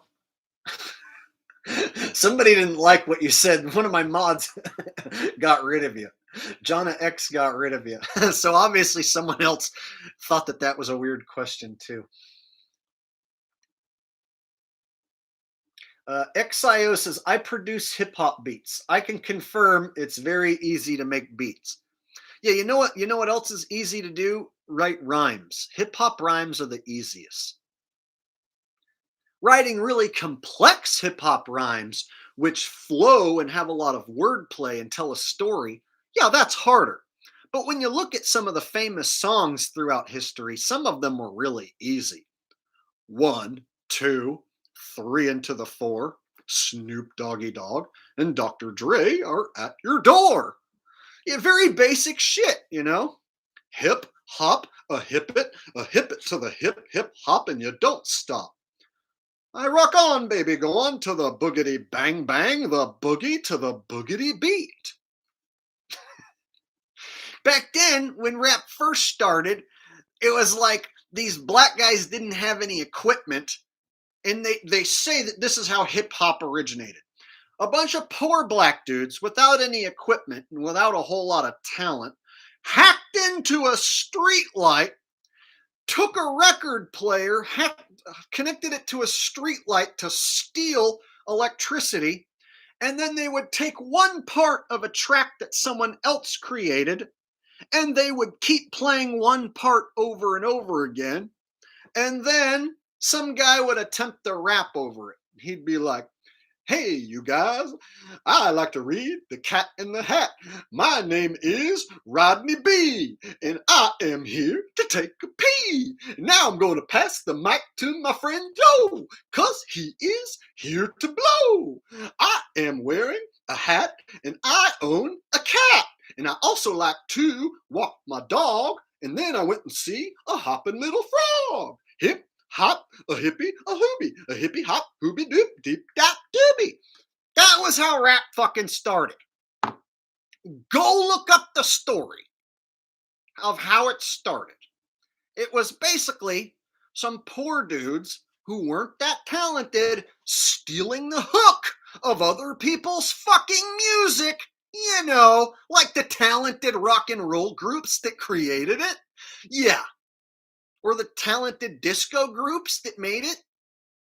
And so there were basically these rappers, the pioneers, were stealing the hook of other musicians, better musicians, and then being like, A hip, hop, a hip it, a dip, dip, doppity doo. I am wearing my hat because I am a really cool cat. And come on, don't you want to rap with me? I ain't gonna do this all day for free because I want to make me some money, and all because I want to meet some honeys. Hey, babe, let's take a walk down the street because you know I'm the guy you want to meet. It was basically stupid shit like that. Go back and look into it. That's how it started. And then it evolved when rich, crooked Jews and guys who own record labels convinced these rappers that they should start being thugs from the hood, because they weren't all talking about shooting and killing folks at the beginning. No, so the rich Jews then tell them, who own the record labels, we want you to like flash your guns and talk about the hood and how much you're a gangsta. So they take fellas who are feminine ballerinas like Tupac and Dr. Dre, who had lipstick and permed hair, and they turn them into gangstas. Yeah, 1, 2, 3 into the 4. Snoop Doggy Dogg and Dr. Dre is at your dog, and we some motherfucking gangsters. Yeah, right? And then you come to find out Tupac wasn't even a gangster. He was a trained actor and ballerina. And then you come to find out Dr. Dre, he was a she-thang with his permed hair and his lipstick. He got exposed by Eazy-E, of course, as being a total studio gangster. And so what'd they do to Eazy-E? They made him the gay one and killed him off. Had him die of psyop AIDS. Javid Bensicum with a very generous donation says Tupac was my fave too. However, I do believe he worked with the elites to do a job and had a fake death. Best channel that covers his industry hoax revealed the best rap skill that nobody does anymore is Off the Dome freestyle. I appreciate that donation, and I want to tell you, Tupac was by far my favorite. And when I was a teenager, I was bought into that hook, line, and sinker. You could not convince me that Tupac was a trained actor and ballerina dancer. No, I never saw the footage of him being all feminine. No, the Tupac I knew was a thug life gangsta and was by far the best rapper. By far the best rapper with the coolest flows. And so he was easily my favorite. I was a total fanboy. This was back in the day when I used to buy cassette tapes. So I remember you could get a cassette tape for a few dollars cheaper than a CD. So I had Tupac cassette tapes.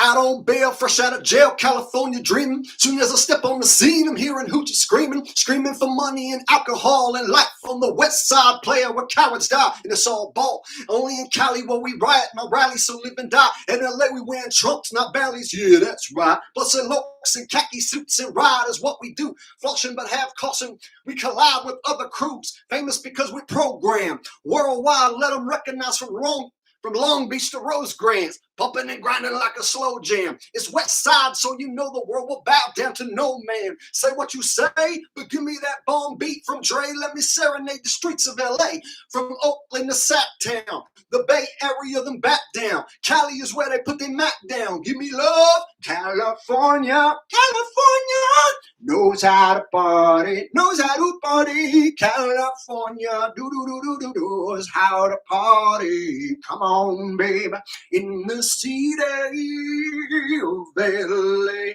in the city, good old whites. In the city of Compton, gotta keep it rocking, gotta keep it rocking. Let me see you shake it, baby, now shake it, mama, now. Kelly, Ellie, talking dramatic earthquake measuring on the Richter scale, buddy. There you go. There's the condensed version of California Love. Just to prove that I know the Tupac songs. I don't want anyone thinking I'm a faker. There's a lot of lyrics in that verse that I had to go back and remember as a white guy who doesn't listen to this shit anymore. But I absolutely love the old school gangsta shit.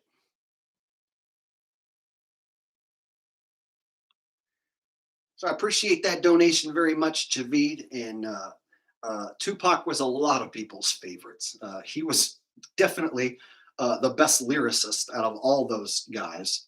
And then when rap moved over to the East Coast and it was all about guys like Jay-Z and DMX and shit and the Southern guys like Nelly and Ludacris and Outkast, I never got into any of it. I could not get into it because I was a Tupac guy.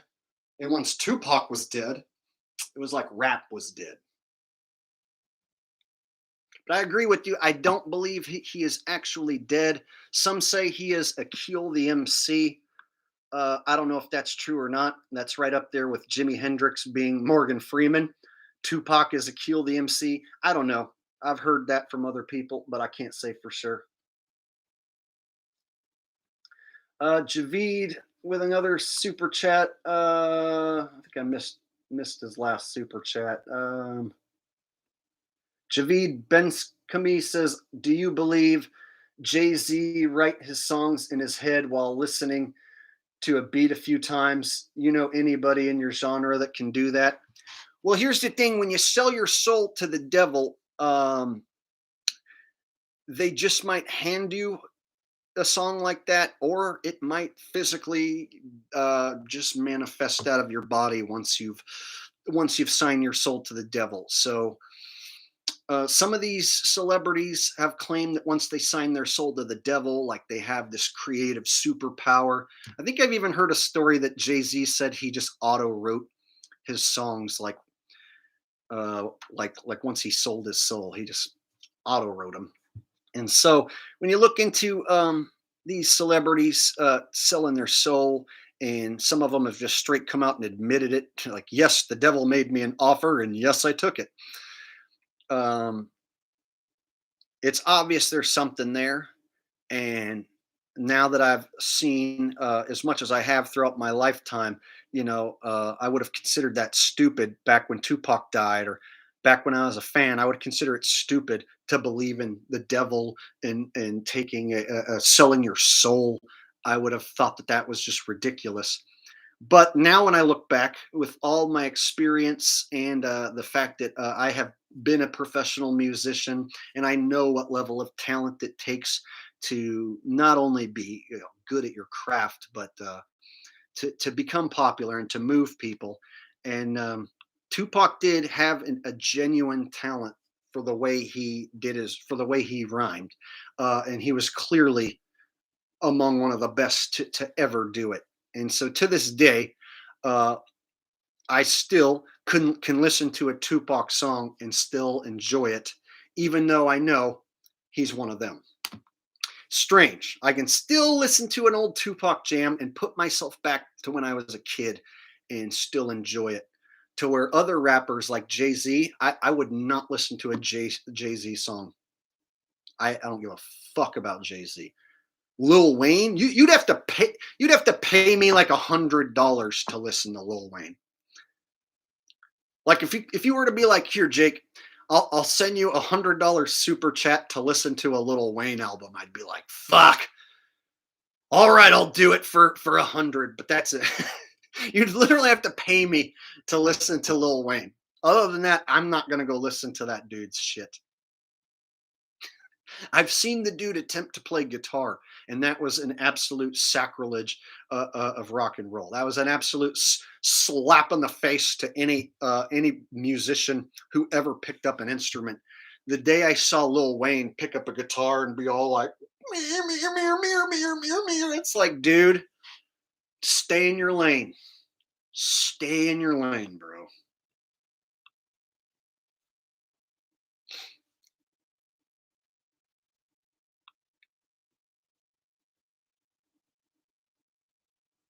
CD Runner says, what about Eminem? And yes, I did spell it wrong.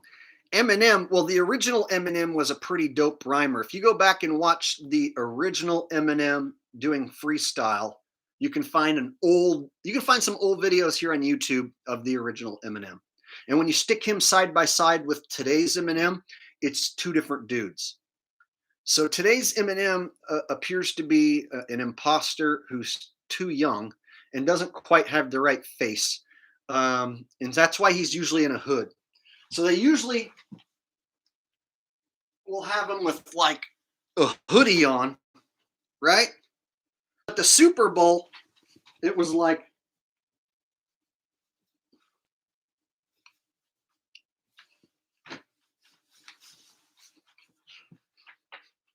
hey, yo.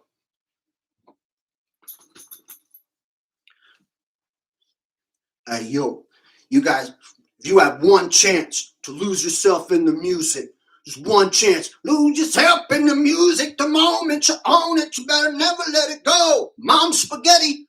And then at the end, he tucks his head down like this. So if you saw him at the Super Bowl, he was in this dark, shadowy hoodie. And then at the end of his little song segment, he ducked down and kneeled down. He did a little like kneel down, right? And he covered his own face like this. And so I've maintained for many years that Eminem is being played by an imposter. I think they have a team of imposters. In my opinion, they have a dude who does the live performances, and then they have maybe a team of dudes to do the CD. So if you have like 5, 6 Eminem sound-alikes, all you have to do is just have them all write out their rhymes pretending that they're Eminem, and then you just take the best ones. So if your job was to pretend to be Eminem on a record, why wouldn't you do it for a paycheck?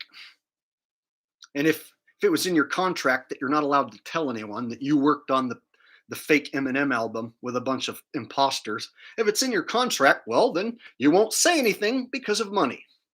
Same reason football players don't tell you that football's rigged. It's because they're getting paid and they're in on it.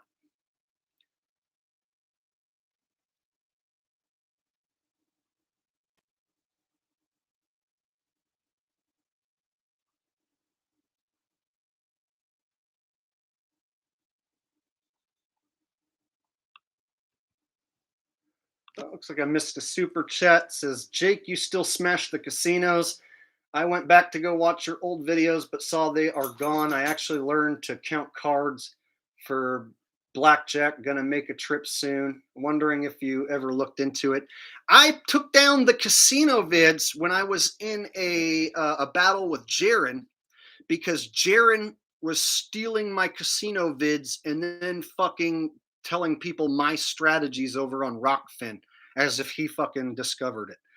So basically, when I was in a war with Jaren, him and Dave were looking for anything on my channels to use as cannon fodder against me. They were looking for ammunition against me. And so what they would do is they found that I was an actual winner at slot machines, and so they realized my strategy is legit. And since they steal shit, like they steal other people's ideas and run with it, Jaren was like, oh, if you guys come over to Rockfin for my second half of my stream, I'll teach you my new slot machine strategy. It's like, okay, you're going to steal my slot machine strategy videos and then go over there and pretend like it was your idea. Okay. So I put all my slot machine videos to private from that, and I haven't went back and put them back to public, but I could just go simply over there. And those are posted on the Jake Gibson channel. So I have the slot vids over on my backup channel. So I basically just need to go over there and put them back to public.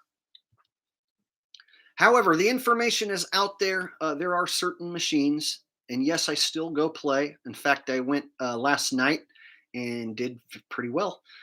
So there are machines that are not just based on pure luck, that you can build an advantage and and these machines are designed to keep you playing.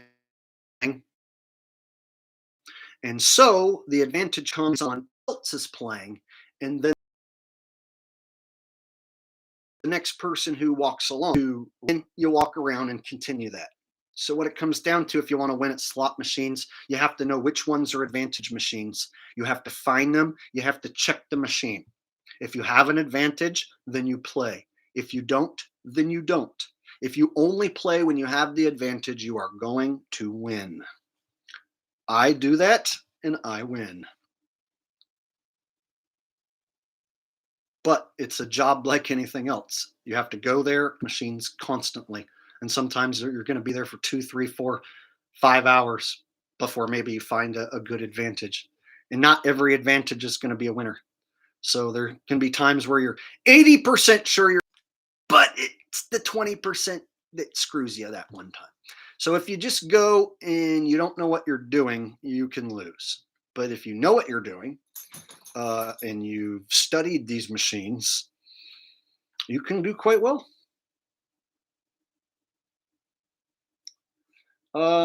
Powder dry says, what's the advantage? Well, each machine is different.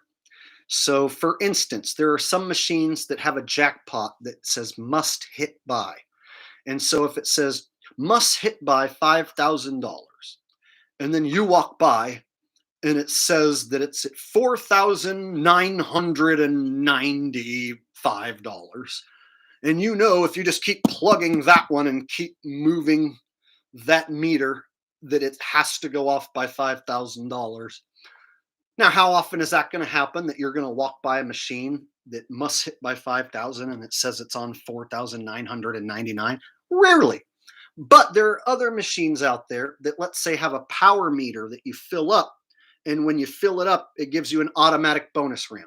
So if you walk by this machine and all the power meters are empty, that means it's not an advantage. But let's say this power meter is full and almost to the automatic bonus, and you know all it's going to take is one more little symbol or one more little thing to push this machine into an automatic bonus round, and don't fish playing their wilds.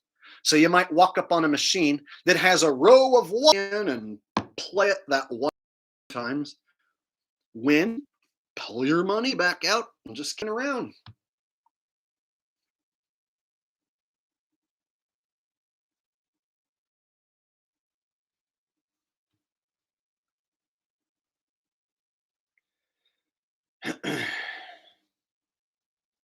Looks like I'm starting to glitch out. I see people sending me the glitch symbol.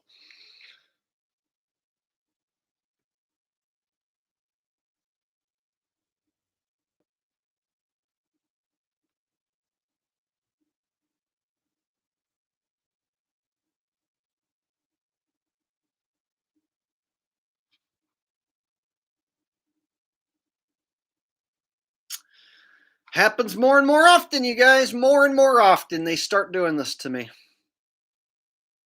It's happening more and more.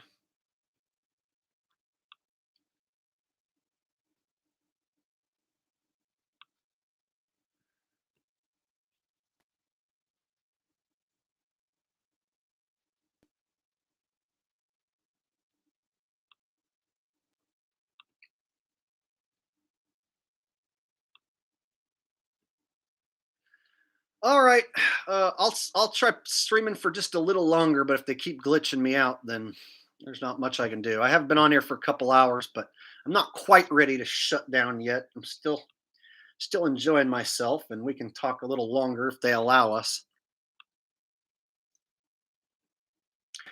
And that last guy who donated said he was planning on doing card counting.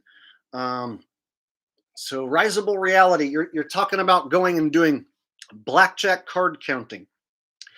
If you card count and you do it to the best of your ability, and you do everything down to the book, I've heard that your percentage can go to like 52% about max. So I've heard if you're like the world's best card counter and you play every single scenario down to the book, and you do exactly what the casino doesn't want you to do and count those cards up, that you can increase your odds of winning over the casino to maximum about 52%.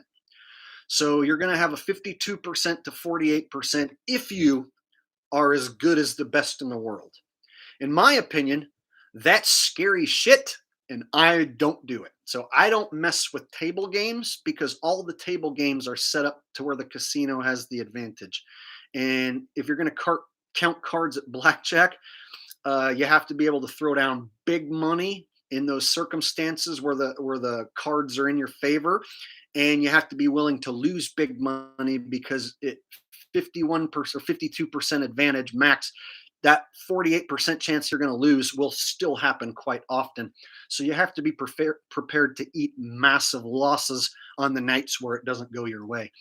However, card counters come out ahead if you can get away with it, because if you do have a 52% chance and you're betting big, the math eventually will come out in your favor, which is why card counting is a thing, is because if you can pull it off, you can get out in front of the casino.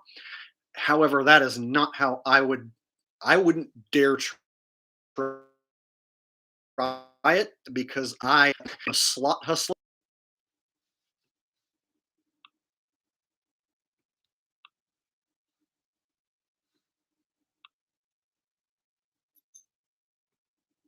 Shit, I missed the super chat. Seven Lesnitsky says Jack Black sold his soul in Tenacious D with that devilish guitar pick. There's a Simpsons episode where Bart sells his soul to his friend Milhouse. And then his friend Milhouse like gives the soul to somebody else. And then the whole episode is about how Bart now can feel soulless. And then he can see the other kids in the neighborhood with their souls intact, and yet he doesn't have one. And so there was an entire Simpsons episode dedicated to Bart selling his soul to Milhouse. And it was like for something stupid, like a pack of gum or something, or a candy bar, or Pogs. I think Bart sold his soul for some Pogs. Remember the game Pogs, the little stupid pieces of cardboard and the slammers? So I think there's an old Simpsons episode where Bart sells his soul for Pogs. Or no, Bart sells his soul to Milhouse, and then Milhouse gives it away for some Pogs. That's what happened. Bart sells his soul to Milhouse, or he just gives it to him. For whatever reason, Milhouse ends up with Bart's soul. And then when Bart goes to Milhouse asking for his soul back, Milhouse says that he sold it to someone else for some Pogs. That's what happened. So, as we know, The Simpsons has forecasted the buildings coming down, of course, the towers coming down, and foreshadowed some other events too. I can't think of off the top of my head, but we know that The Simpsons have definitely foreshadowed some events that have happened, and they seem like their writers are privy to the script. So they did an episode.